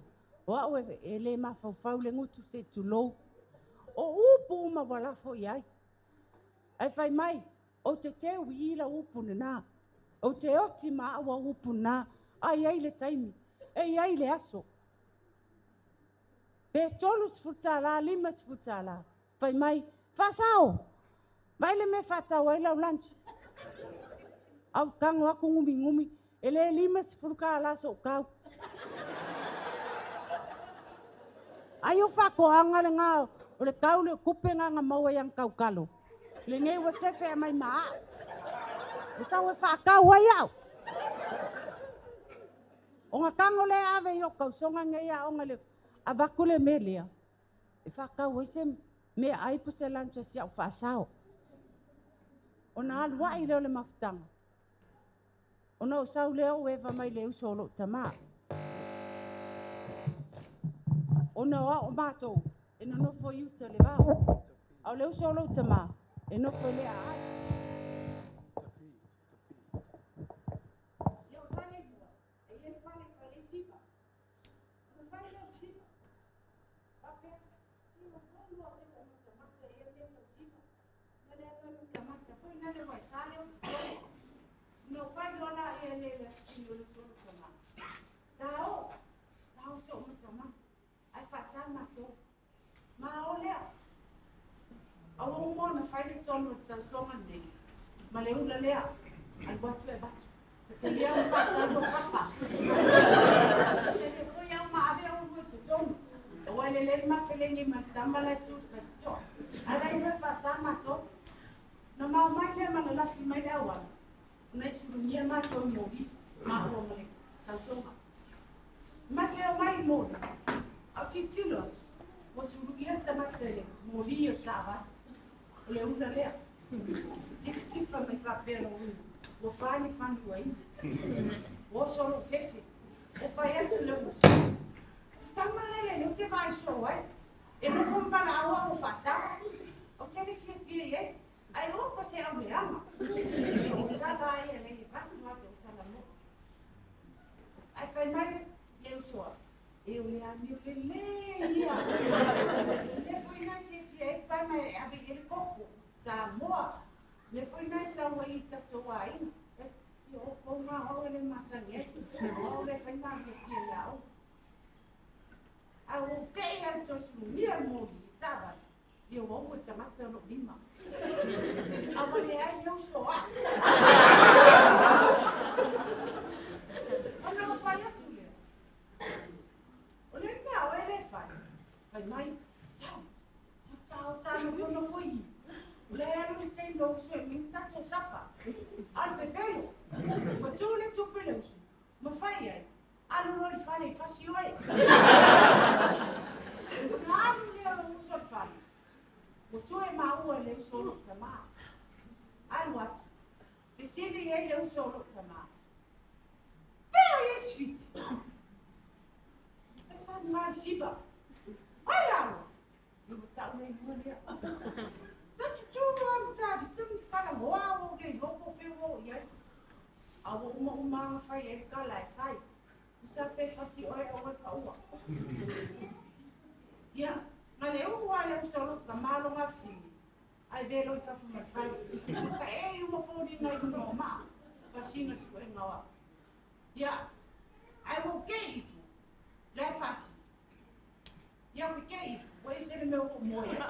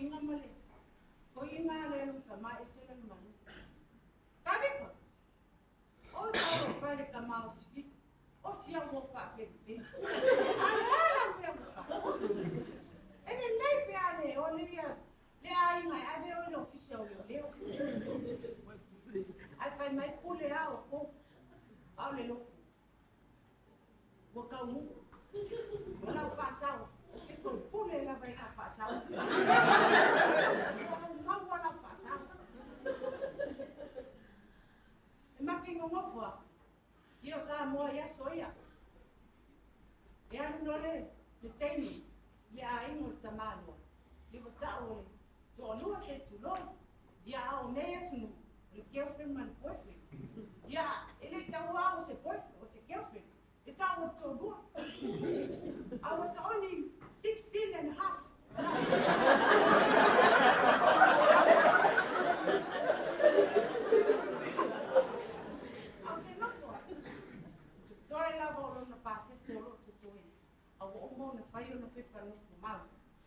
Ele tu fa fine o rota ma le e una fa la le tu tomi atu no sa mo tu lo misi una fai mai le etia fa no musi ata tu fai mai ta latina ta ma kuale le loa la vai no ko lea, vai le faku hainga i Samoa. Pepe sa whare saka. Ai arka ai le arfa, kau se ra kuskoso le pia. Mea la lea whai e kuai. Ia, whai mai loa tamale. Wa o leo toe pasi se o lokau ni mai lo pasi se me New Zealand. O leo malanga. Ia, au tau e foi nao e wha, masina. E turo. O le whai leo Tavita i lontina. Malia mai e lo fina ngalo. Tau no whanofo i nei masfi. A se i o wai, New Zealand. O lea whai talia a. Se i a tuari spuru balu sfi.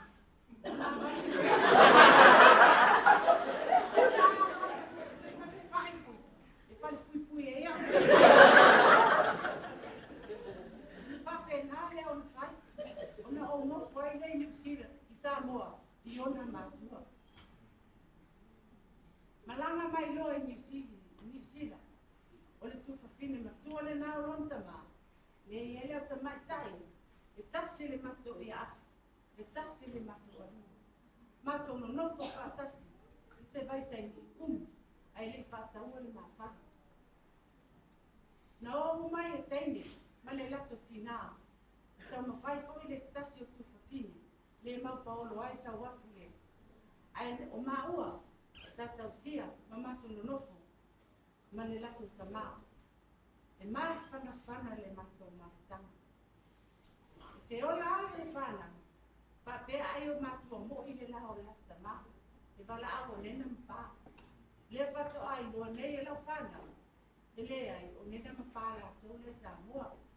Ma fana te le mafutanga mato. Io malanga mai lo Samoa tasi iwa walfa. Ia pato a mawhai poipuai, masai, le tasi iwa walolo. Ina wa ato tau sang, e te tau ai ona o se ai. E se tamata, e matau tia. E matau tia. O wa tangata na whai e letu, e lua tu. I tu lelei, i tu lelei. Le mawai lea. Moni am whama, o li lon mawalua. Numero ban. Ia ele lo tu ele numero ban lo numero das. Numero ban lo nas fana. Ai monin fa mau. E fa fer to in sa faia. Ai le ni fer. Oi nai, o me ala vai tete ai un ali. Ai le mo fai. Le mo fai lo fa. Ai lo ai fai lo wi. E ti sa o ti sa faia tu. O te lai titi, o te a. Ai whai mai, e toa tele lava e balauia. Ai ta se filifilia.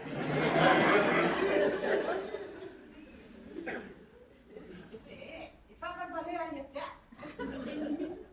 Awa ai mai o la walu se me iaso. A walu pa kia le. Pa whainga ruena o whainga ruena. E anu mo mori au sai a te akta vali. Nā matu lea no whanofo ta vali. E atu maa au mo whai mai. Security like fafo. Who I best security? Let's go for security. Oh no, we are not. If you tell mama, that's fine. Away, oh wait. Ilima seni. Itamataya tiamu so inataya tiamu ilima seni. Luto ya swinto was selao. Le tapea we. Ilim fayo no fire me na te fire. Auto tonu. Le rofa mal famao. E lo le sio tono. E lo foi le ai no sio tono. O te lawa le aurea. Ono ti ngao le. E te lo ten. A uia le namba one na. A wa ana le numeratas. E pe o tele o fafine matene fanao. O mo foi ona wa o ina la fana. O le taloa, vai me wa fai a fea, alu lo suide sto. E te fio na, o le mea na vai tas. Deal with it. O la tautoma o le na. A fai o musu mai na. No fa cinco loa. O le ala le na. Pe fies pulu na a fea e fai. Ia no fai o na. E lo le le la betana na fo.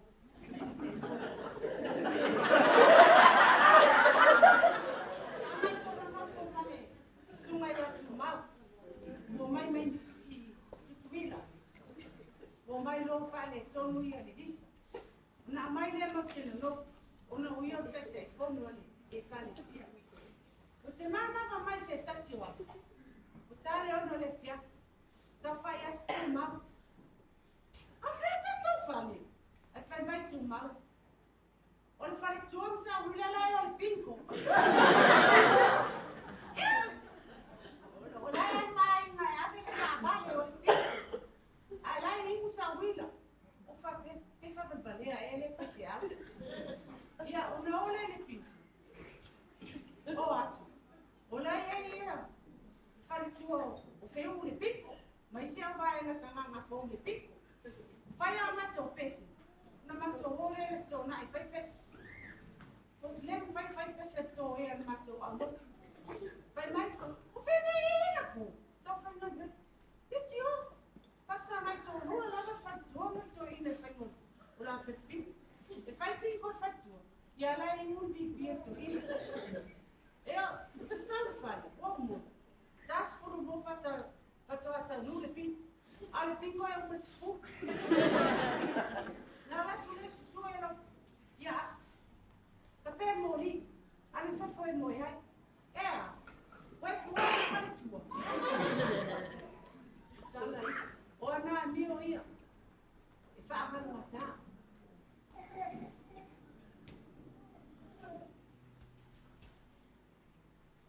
E fai mai la vaia. Pepe aí, tô bom tudo.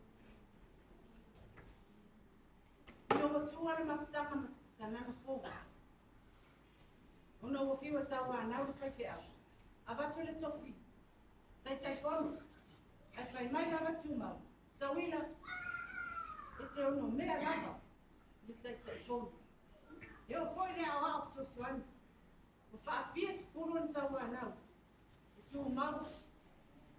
Sau e au au suan.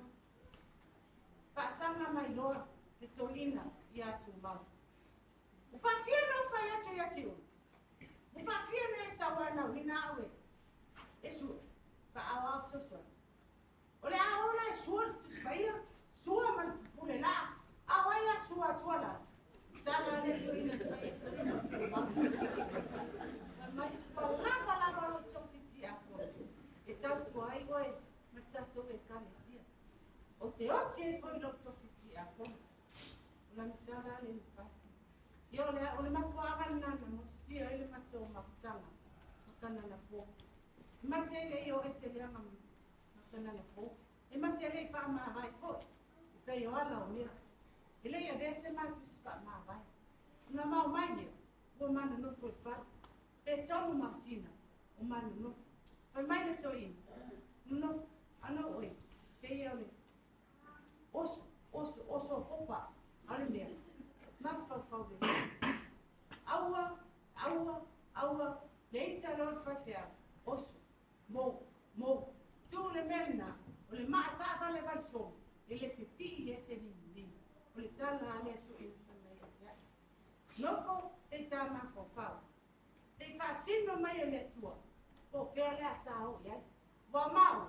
Mate le lofa tasi de pulenga ni lotu uma e oi marua o le mate le feo ai solo i lotu mate le lo foi ni me tupu i Moorebank ne ai fai mai e tia u Moorebank fa sale numa me lo tava ai na mau mai ne mate o mai e na o i e no foi la lo ele ai mangisi i le siku fai mai Fou era o culher. Eu meu wifi me que eu mai lo faço no me cau ele pua. Leto, que eu mai ia eu me le luto. Vai de fata no fa ape. O le tai me ale na tu i fulea so ale na. Sa tu i foi muito ina. Me tai faita watu ya ape no fata. Me fai mai. Fa ulu lo ale mama ta fali. O musu mai le tu. O i lela o foi limo tu ko na mata mai na mau mai matai mama tama ya wa mau mai fa au wa ya bale mta fale ile sali na lela yo mai ya tai ni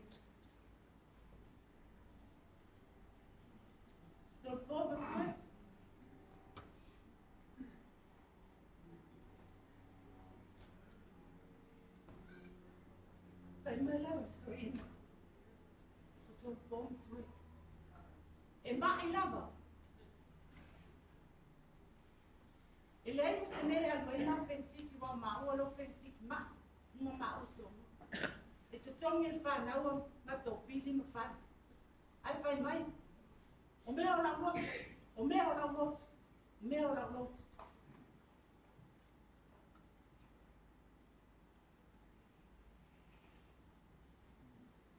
Ina mo tinga ina di tono lai siu.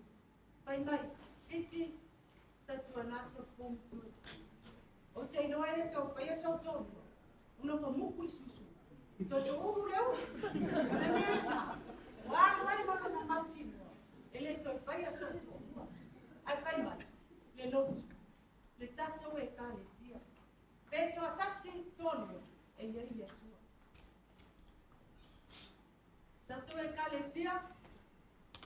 Wāni masa se. Wāni leama. E fia tele tuan to pope Latu I le lot. Na le umala sa lot. You will mix the language. O tuele fa pena. Ya no fa pena no toina. Wani se Sauila. Tuan to po. Pa mahalo se tolu. Wani no te mali. Le umia tau sama wa lue kana le fo. Tana ne wai ulo nolo. I lua au. Ia manu ia tele. Tosa nino ta. Pa pele ia tia. Ai, pa ua sa molva. Ole a usu pesi. Ai mato wai. Watua.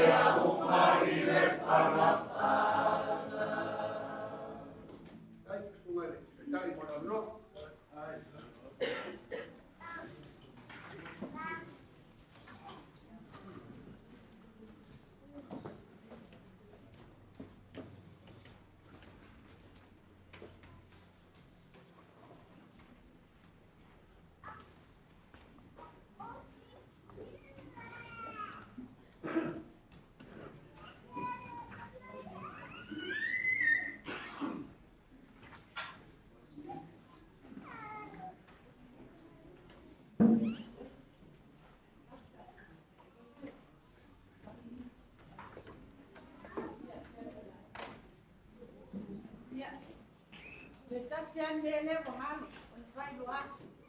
Na o tau si sila mai. Ile fua ele nei. Lea, le ula le nei. Le to le nei. Ula nanga luenga le nasa fai tonu le aina. Le tato wai mai. O le aanu Sauila. Ne sa tau se ilu na aina. Lona wiwa. Wa pai pai jana. Only fine, but it's a funny thing. Never know a my own name. There are why you want to learn a tattoo? I don't know. I make him not do that. Yeah, at the Tala Noah. And now, I'm more fear to give me my life. Say that I'm not that.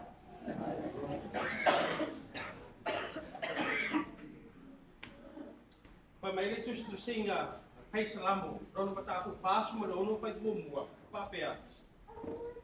o le atua o lo tātou malu iai, ma lo tātou mālosi. E whai o ia ma te sosuani, sili kua la. O whawhai ngā koe nei asu. O tātou māputa nei, koe saungia ma suna ia Sauila. Tavita, Ualolo. Whawhai o sunga tai ai kono, o le apunoa. Sunga whawhai ngai ngā whakatua, whawhai. Malu las o tātou patas nei, whakarofa. Mei sinava, ai ka whakaroa, whakatuia sepitu, i alu. O loe ngoa o lau whitonga Joseph Ayu, o le grandson a Aleana ma e Beni, o lo mā o Sauila Peti, o wao nephew o Sauila, Tavita, Ualolo. E leia peisa whamatalanga, a velo leo whai masui, o cousins, nephews, nieces. Pa Moorebank New Zealand. Sabato o sao maputa e masua nei a Tavita ko Sauila. Ilo o langa. O wapa ai ai ba tau te ngati nei a Sauila. O mai au tama o le uso lea i a Latu.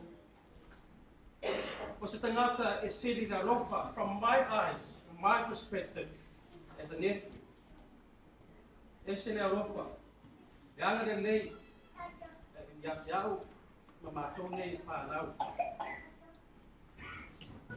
O na mātou mai nei a Staria.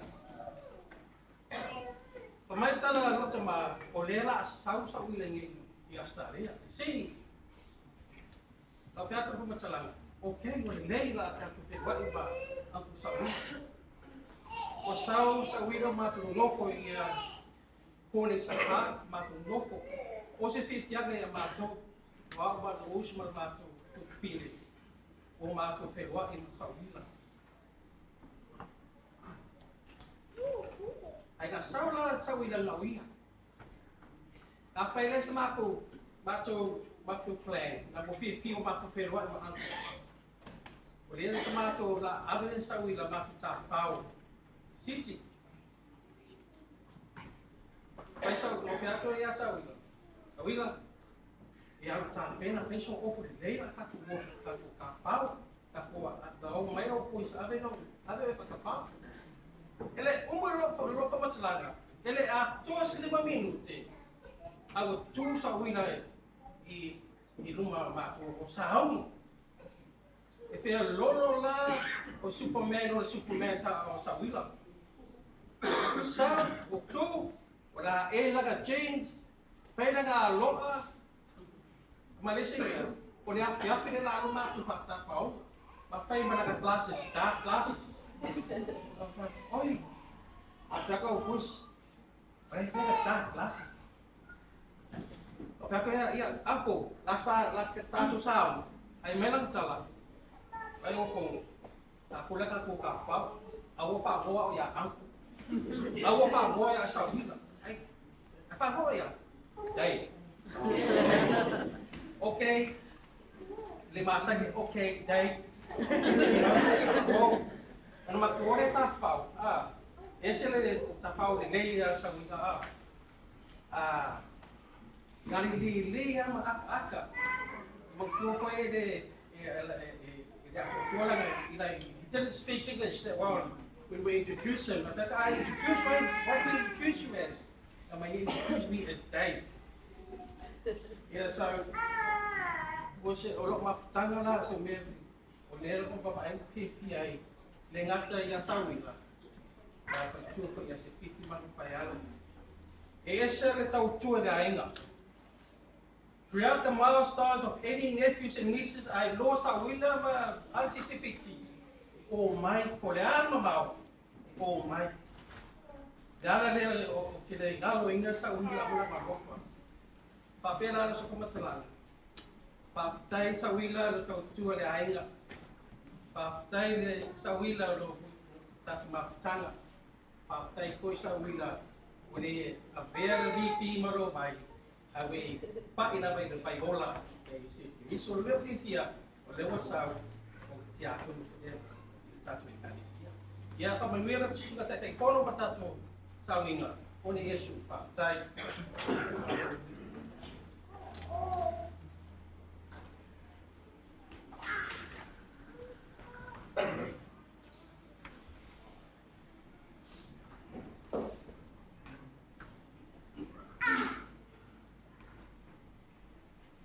Ole nei mo mausa ama ule le aso nafu. Le sa kusila ni ni ane wa mausa le tau. Ole mo mausa le nganga le fioma tia le tia kono sa wila Tavita Sami Ualolo. Mai tula yai le au tele ma whawai. Mai ane le konya maulungo le sami mamadu. Sua ile tuina ma wa. Apa foi konya tele le sami nga yoma ba whawai. Mai le mai e whala ocho konya wa inga whawau. Konya la wale tuina ala tofa wa tua. Le mamadu le whawai ma la inga sati ialo. E nare le suma le asfio. Waro sina maalo magi to. Tonu e tene tau sama. Sa ngaru e sa wila ma lona fatuo city. Le tofi a kono. Au yai ka ue le karisia. Apa tofi te usiano Amerika Samoa. O le karisi fofi kanana fofi. Le amatanga le tau sama tua afes fuma city. E tu so le vai o le lotu wa fa ia le problema i e wali mana amta. Au fa mai ai ia. Sa wila msfiti ma fa mai. Ma so u lotu le karesia i Moorebank. Le karesia was wia me on swafa. Le fakasa lotu spo. Para aso se fugo yungi il tsanga la lea wasu masiti. Naro yai toi fa awo wina. Rola o tofti a kono. Finga al kubena. Tu sama tu si fa ma via mai suka e fa fe nai nai ya. Mal. Al fa yai le tua. Fa ya no toi sa ringa. Le maru ma nei mo pen. Le maru na am tai le matu maftanga. Pare carecia, fionga i tia kono, la wila, fionga tue a spiti, mai whanau, maru moni, e taunu mai tia kono nei ma lona whantua si ala whanau. A wangi le whamarosi le carecia. Teino le vela, le la, e maise o mafu e marosi. Ma whakailama o tō telo tangata lotu. E un fale atuloi se karesia o se angai man tulanga whapena wangi ni a wha man mafuye. Na tuaga e malea on to e mouesi. I tai le i whapena le fionga i ti a kono. Ia sa wila maulona ai. Le na mau whae wina ngā wenga. Ela i wala au ia le tuo mātu ngālu me pēr. Le mātu o roti au sange, mātu o ngāu. Ili tōte spo. Nāna o ilo ai o Sauila masiliti. Lau o tangata moni. O le atua. Ngata o le atua. Ngata o mālo le atua. Moni fōne. Le asa stasi. Le asa wila i se mai wainga whare tō. Ai, we lava o ilo ai, ilo la u from mai. Mato ni maru ue e tengi, you can smell good people. Te la mora ini. Ia te ngata le lei, ngata moni o le. Le whawhiti e le fo. Ina ua u from mai, wha ngai le karisia whaitau whawhitau. E le fo, e le soro mura. Ai, na amatai na, mato ni maru ue. Yo, whai wina, ron so tuanga luka. Te tonto la uon te ngata na pasino mai e le atua. Leo mai mātou te ngāra ua i le karisi nei.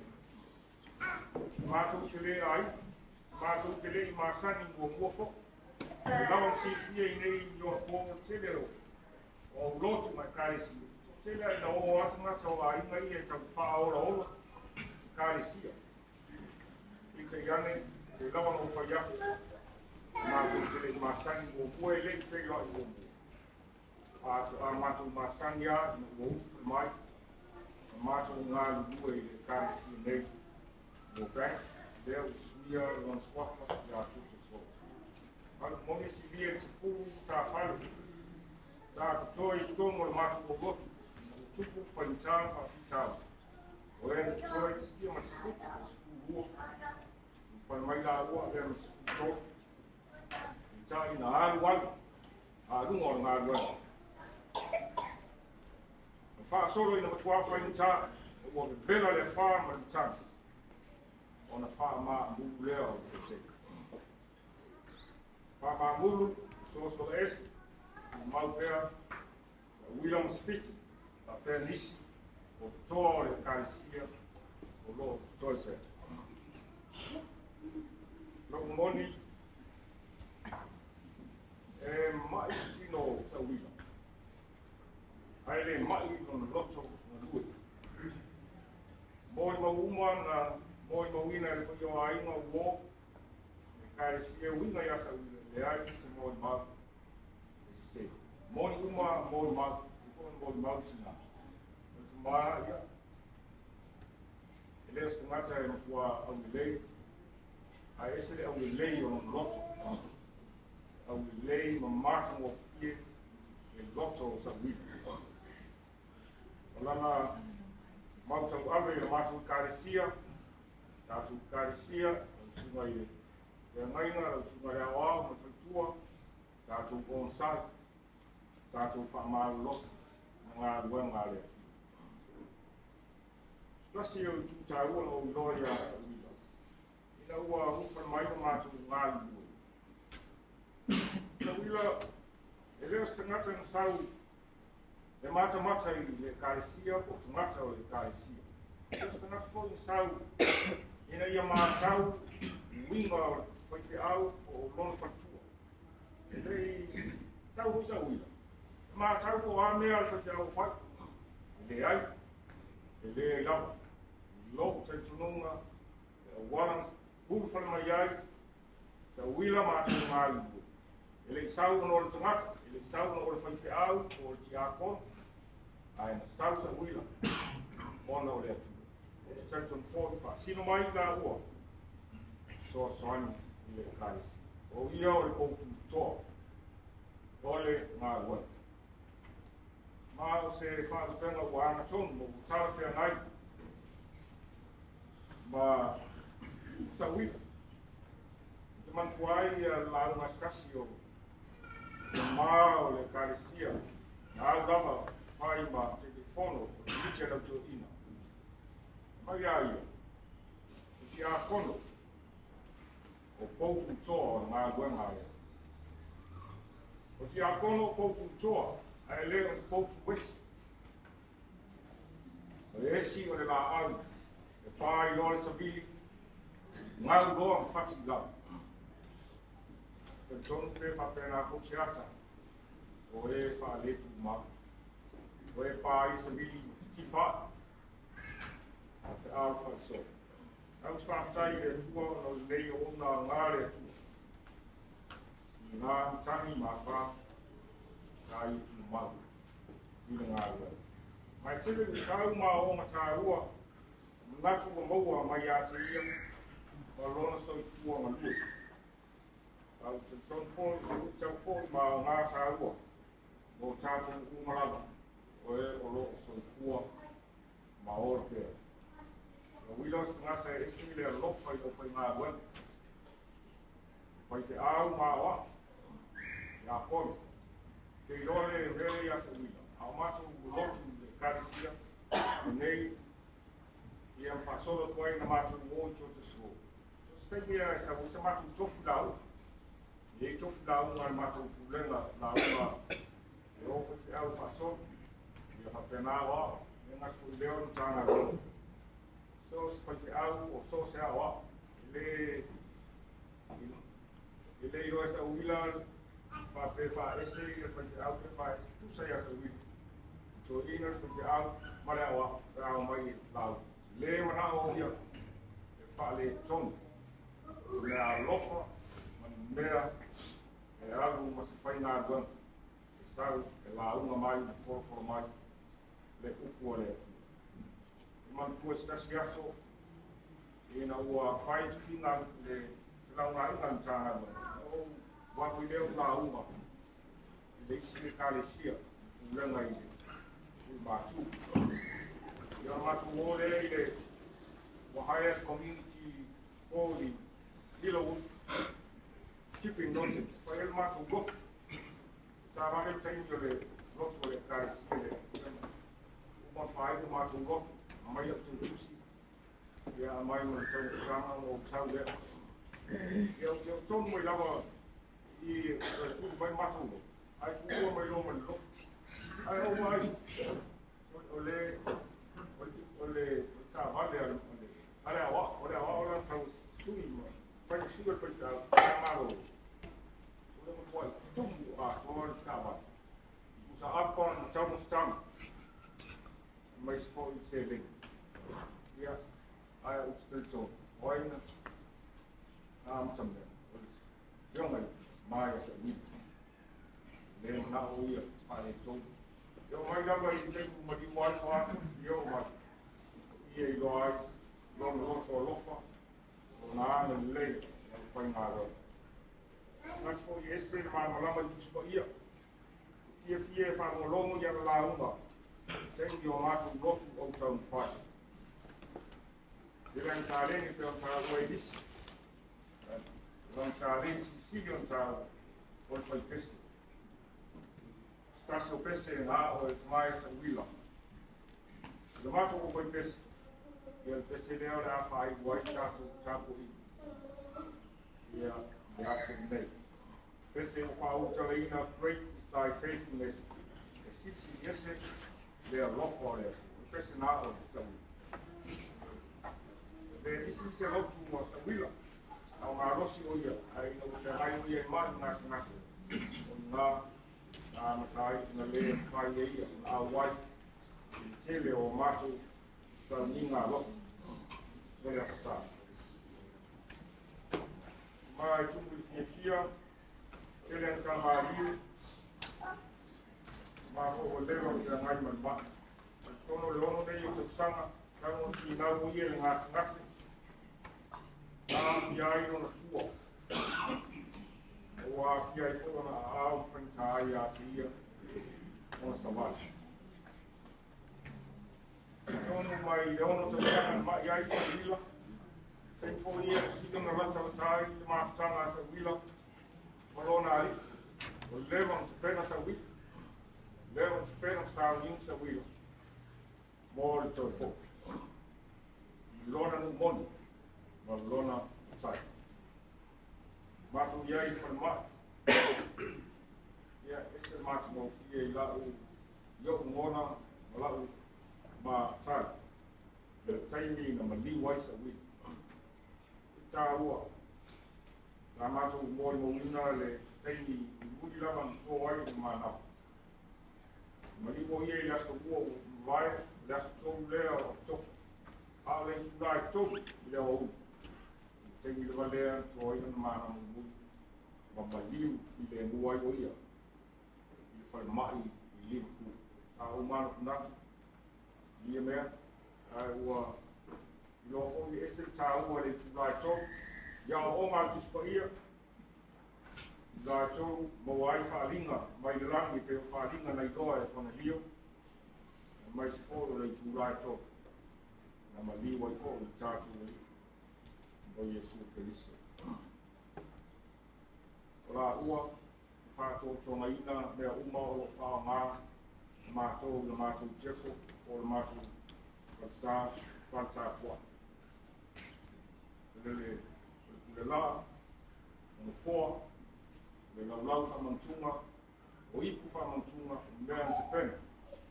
Teino le tiwa le kārisio mātou atu, le mātou tupi, e whaatai. Tai nei tuma, tina, la uan sa ungia me uma. Te ona mātou whaangai. Oa, lau whamantunga ma tūpela, o ipo, mea umala, tai Sauila, tai, I lo lofa, ma lo wanga lei, lau kaisia, a kei fo I mea lei uma, lo wanga lei, a maua, o tātou whenga iai, tōnu o ngā wanga. E alo fungia e le tua, lo whai ngā mlanga. E alo, ma le muia, ma le file mūu le. Alu ia oi, ia ia te oi fo I le. We umani utoa, umama wai, au penga o tau. O tau tau lei, wai ia te au tau sini o. O ta ofi whātu tu. Whama ia tere le tua, o ia nei sa ninga, whama ia le tua I toenga, sa ninga o tātu te mā. Ionga I te a kone. Wila, Tavita, Sami, Ualolo.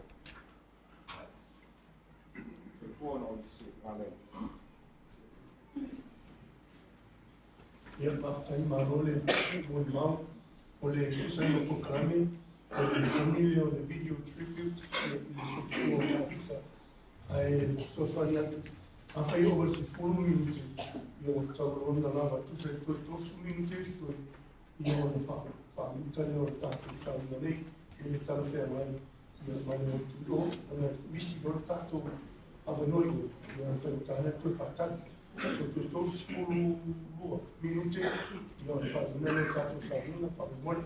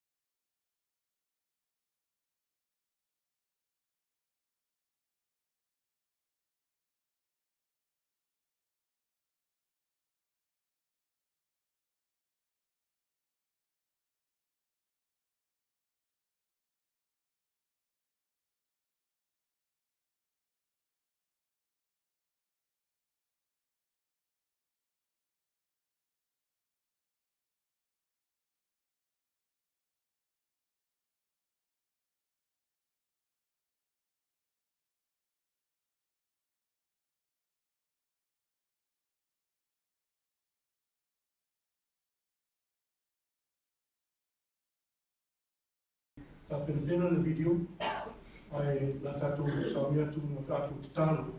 Sami tātou tātou sana suma whawhenenga, ia rane iele Paula.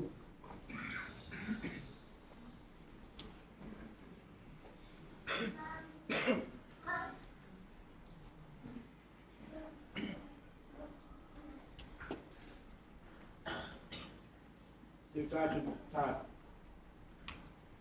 Te tua mama nai, ro fio ro mātou manua papa, ro mātou tō manga.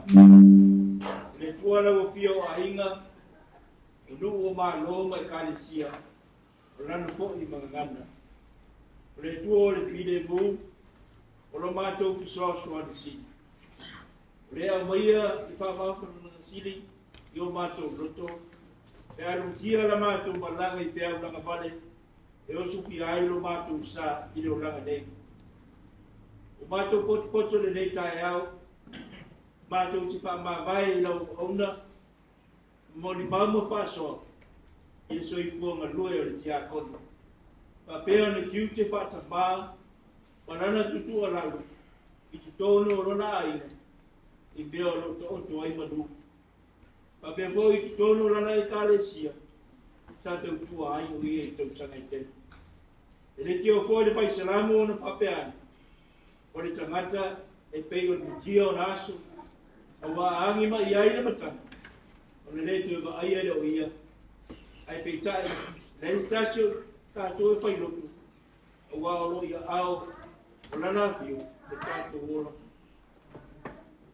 pei foi upu o le faisalamu e faia o aso e pei o le lautele o le laufilima o loo olaga foʻi o pei seʻi o le ai o luma moni o tagata uma aumalolosi e matuā faatauvaa lava i latou faafetai tamae no nei amanoa tāua matou feloa e imanisi o lau aufaigaluega o loo galulue auā le tausuina o le ipu o le ola i tuamine o malauina ai e mai se ona iaiga ma e na malaga mamau mai o ma e matou te masani faapea sa mo u potopoto i lenei taeau faafetai le liie ona ua avea sootaga i la le tino fai maala o matou mafuta ai atasi ai faapea foʻi lo matou malauina o i matou kerisiano tutonu au lotu ma lau ekalesia e lofo ou feofo fitaʻi e faamafanafana ai aiga loto mafutia e tafi i se ai lo i mata o faanoanoaga faafetai ono le gagapoia ma nana galuega mana o lona paʻi mai tei faigatā mafutaga mo tusia e le oti maua ai le file e mu mai lau fio ai sisi lava le gaga faafetai o le Iesu Keriso o le lii o le ola o le na saumia le faaolataga tutasi ua mafai ona safoga atu le tagata salapou ma faatuatua i lau fio tupau le viiga le faamanuma le fanetaga nei seʻia o le faamahau faatuoe se ona e le mafai lava ona nilo i lau silifaga paia o matou tagata taitutasi i o matou faaletonu o matou sesei seʻia e lofo a faamagalo mai iai matou tuina atu foʻi lau auna e pei ona iai le faamoemoe lenei taeau e le asa moni o le masai i leia e faamagalo le ligia iā te ira faapea lona vama tonu o lona aiga faapea foʻi le ekalesia e tuai a me pea le maliu o Iesu Keriso o le lii ma le faaola e faamamaina ai agasala ma faaletonu mai le nā maala e toe matu ai matou lau fanau fatuatua le mafutaga mafanafana ma laufia faamau matou malaulaufia le lii e paipaia ua gapaia e te faamafanafana i lotu nuki mamoia ma faamaumau o le tinā ma le fanau o aiga o ona matua faaleagaga ma lana ekalesia auā ua naʻo fio tafi i sea le tigao mafutaga e motusia e le oti talo le ia mau se no fa tu mau ti a kono i lo ma no e fa mau i le meo lo tau sinio i ai la fa tu tu fa ma ria la fia i le pa ia o ma tu ma putai i le tai au i tomato ina ma le tua la o fo nga le nga rue pa le tua pa pele tu le nga yo no tu langa fa lo pele ina pa pesa mo o po o foi mai ma san fa ma ria la fia i ainga Paula mengafa palana ekalesia awa wanga famu mo mo le nei asu ina e fa pea na awari tia lo mana le nei ma tanga tai le yana tu toriso yo mato loto tai vi fa pele ai mai se lo file mo le li tai vi fa ma vai tu ai le uso o se tapa o se tuangane o se ona o se tia kono o mai pea o fio po ia I mako fongo fare na I tuaso va pele taso inai le nei ma tanga I foi tawolo ma to wali fa ola a ia e fa no no o hai fa ma fa na ina la to tau se tei ma to fa lo lo I fa so fa le ngamo le data ela mai la o no to fia I fa pea na pai mai lo nga mori o de mai si au fa le nga fa ma fa yo ma to lo to ma fia Kena nala mātou tāpsanga, pata se mistalo le leo ari tangata na baida, mātou fuinaifi lau fio, whai eiro lau fina ngalo, ai awa laga so mātou whātaua nau, E Latu e Yesu Kiriso le ri o le mātou whaola tō tasi. Amen.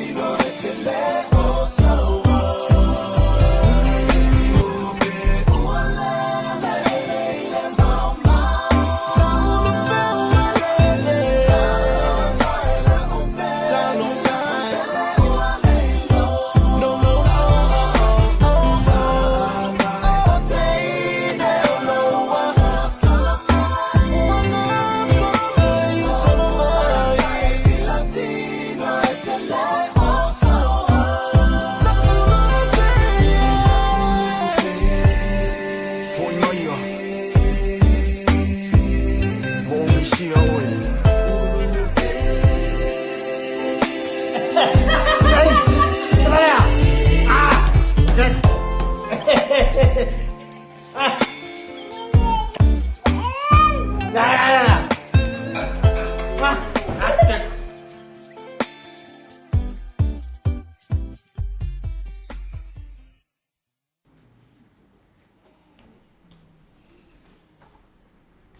Ole, fituino, tuspaya, nasa umele, sumefafanya politika moja.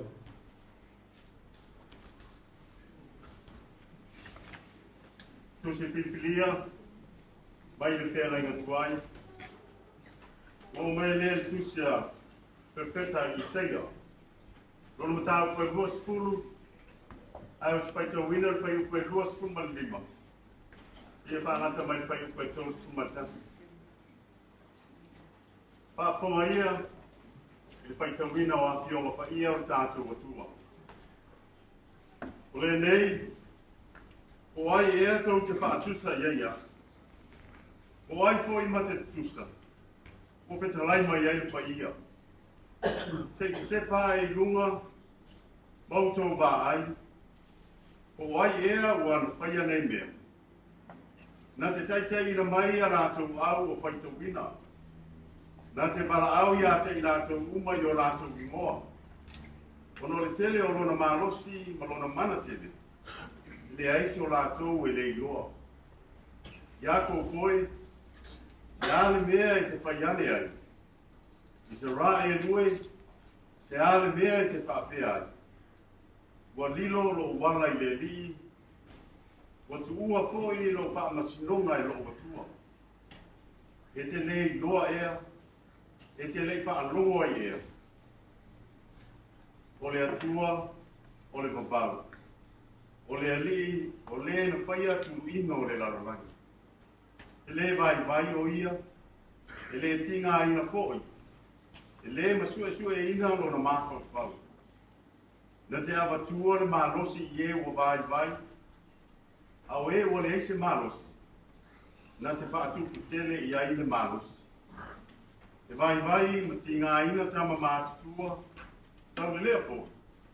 E pā o ku lava i lātou. A o e whaatalitali i le ali, e tu e whaafo wina lo rātou manos. Lātou te si ia e a pa au e peo a etu. Lātou te pe mo ei, ai le vai. Lātou te savavani, ai le tingaini. O le tusi pipilia, mai le whea lainga fou, tu sai ma whaasinonga tu spaitau aso le kāresia whapautonga ke siano Samoa i nei aso. Mo mai le tusi o ngā nuenga la wa apostolo, i lona mta aupo e skumatiti. O te whaitau wina le whai upo e lua skumat wha. Te e whaangata mai le whai upo e lua skumat bani. O le atua na whaia le lalolangi ma meo malawa o iai. Ono le li o ia o le langi, ma le lalolangi. E lea fio o ia i malu e whaia i lima. E leo lima o tangata e au nai a te ia. Te se i ua mativa o ia i se mea e tas. O lo fo ai mai e ia le ola, ma le manava, ma mea manava i le vau mea atoa. Mo whaia fo ia no uma o tangata i le toto e tas. Ia no nofo le whunga ele ele malava. Ua na tō i tau sanga na tō fia na mua. Matua oi o mea rātou te na nofo ai. Te ia rātou sa ili le ri. Te mawhai o na rātou tau tango ma rātou i loa o ia. Ai peita ia le mamao o ia mai tātou te tuatas. O wā o ia o lo ola ai tātou. Ma ngā oi o iai. O lo iai fo i tātou o no ia. Pe o na whai mai fo i isi o tau whatpesi. O wā o lana whanau tātou. Ia whaamanamanama whaamanu ia mai. Ia nganga o le atua i o tau kina ngano mo tātou lo. Le whaita wina o na fionga pa ia. Mai atu maua ki perri inga o whamanu ma whanetanga ia te ia. Nei se io le whaamabau. Whaamabau rawe. Amen. Ole launga na saunia le ali sumai a whenenga ia o tama isi.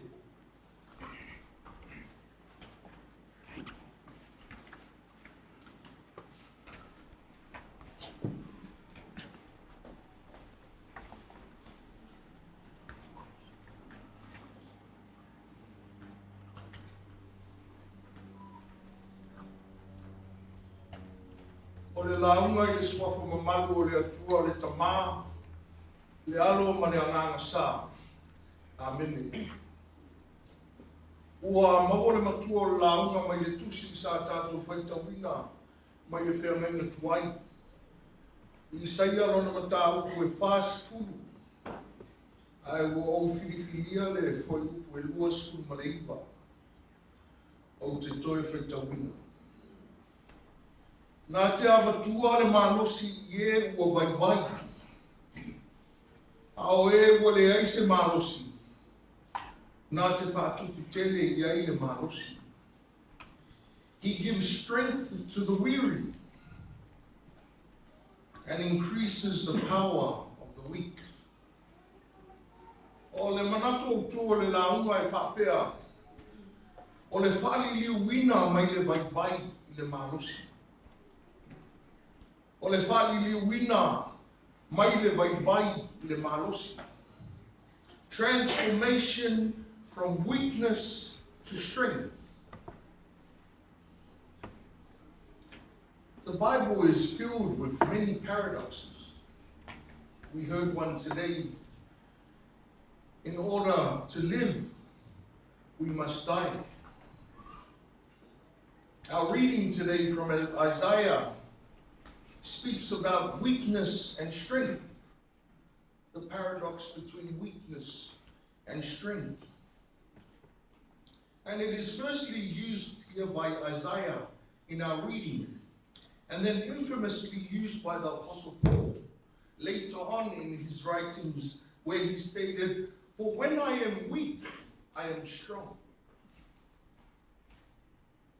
One may ask, how is one strong when they are weak? It just doesn't make sense. When we are mourning, filled with sorrow, how can I be strong? However, the question that we should be asking is, who is the source of my strength and my power? And Isaiah answers this for us in our reading this morning. Our source of strength and power is God. It is unlimited. It is never ending. Isaiah is reminding us that we cannot control everything that happens to us. However, we can control who we rely on in times of sorrow, and that must be God. E le whaingo fie o na tātou talia ina ni suinga fōu e tutupu maali ali mai le soifuanga ma le olanga. A wāfoi o suinga ia, o fi tā ma whaingata, e ono sa ve uina aile loto I fale o le soifuanga solo lei, ma le ola toa fi le mu o le tangata. Ioe, tātou te tau mawhai lava e a puti ma tā fiofi I le soifuanga ma le olanga ua tātou masani ai, a wāfoi o I olo o iai le toa fi le mu. Le toa mālie ma le fi le mu o le tangata.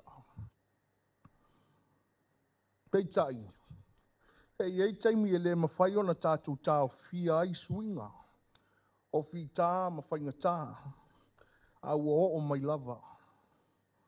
O taimi ia, e tupu ai le vai ma le mautonu I le loto, ma le manatu o le tangata, a wāfoi, o lea ua o ia ma whaina lona loto I fale, ma lona si o mianga ia mea fou. Ioe, ua le mau manatu le tangata, po le ale mea a whai. Ua le iloa pe alu I luma, pe alu I tua, ua le iloa pe whaasanga I le langi, pe puno wifo I le ele. O le mautonu foi, le mawhauwhau. Pe sola ese ia, mai lea o langa o lo olai. Pe sulu ai I le ulu, ma tau I viai. O le vaenga la o le tusi lea na tātou whaitawina. O lo tau mawhai le perifeta I Isaia. E whamalosi I le nuu. A wāfo I ua matua mate lava le wha moimoe sa iai. Ua uma nei le fia tama mamafa. Uma le fia ula vale a ua sa ili solo po fe mawai se file mu. Ioe ole umi o na ola whaata whea ina o tangata. Ole mausali fo i lea o lo lato manatu. Ua tuu la fo ina ai i lato wele atua. Ole upu moni. Hele o tali tonu le Israelu il mea ua tupu.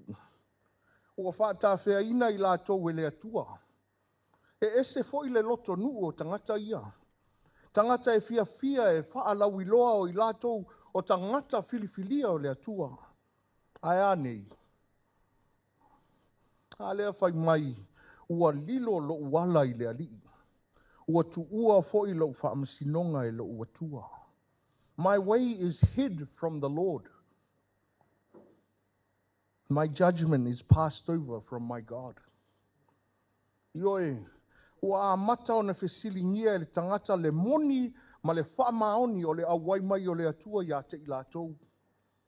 Pe fua atu i le tele ma le ano ai o whaafitauli ma whaingata o lo tupu ma ali mai i le ngā solonga o le soifuanga ma le olanga o aso whaiso. Ai a whai fo i e whesilingia e le Israelu le whaatasi mai o le atua ia te i lātou. Ua tatau. Ua fo i o lea lava ua maua i puapo ngā. Ai fo linga mai e le eise wheso soani e le atua mo ia. O le o mai la o Isaia. O le saulea e whailoa ma whaamatala i le Israelu le sese o lea manatu o lo nonofo mai lātou. E te le iloa ea, e te le i whaalonga o ai ea, o le atua o le vavau, o le alii, o le na whaia turu inga o le lalolangi, e le vai o ia, e le tinga ina foi, e le masu e so ina lo na mawhau. O le whaamalosi lea i Isaia i le nuu. Israelu, ai sea ea tau te loto vai ai.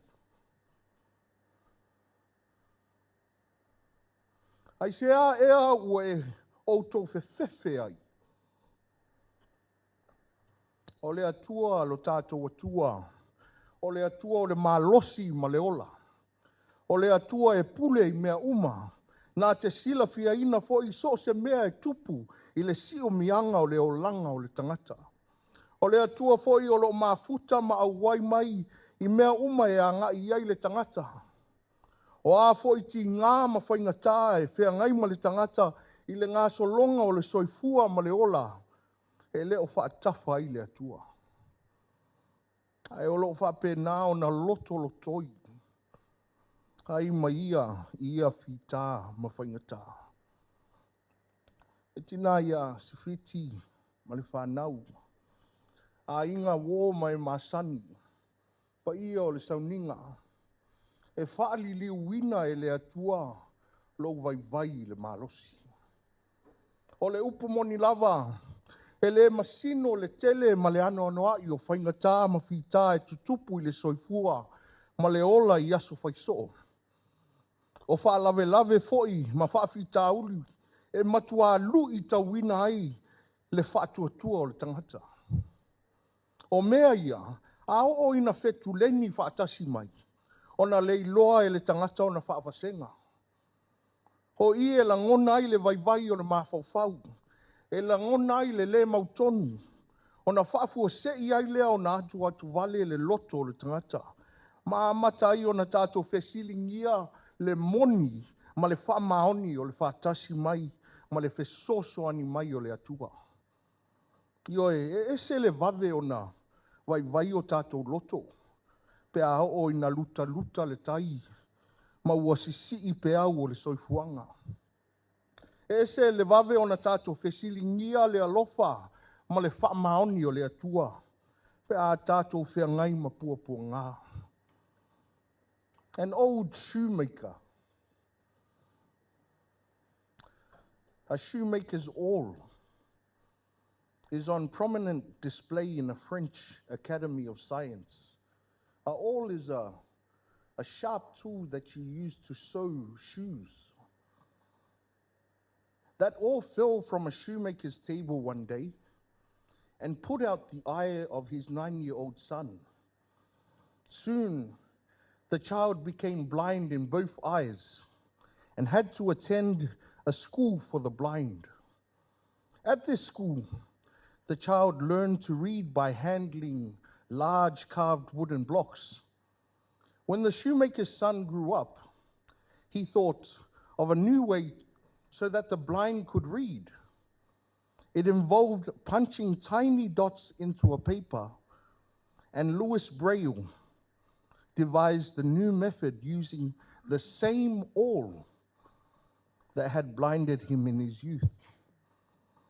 A reporter told us this story in 1978 through the Guideline Post. She suggested that there would be a falling awl in each of our lives. She added, when it strikes, some of us ask, why did God allow this to happen? However, others ask, how will God use this? Some of us are sitting here maybe asking, why did God allow my father, my brother, my uncle to suffer for so many years?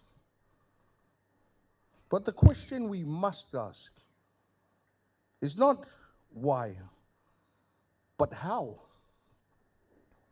How will my father's legacy, his legacy of faith through the church, his legacy of endurance, persistence, and love, live on through my life and my children's life?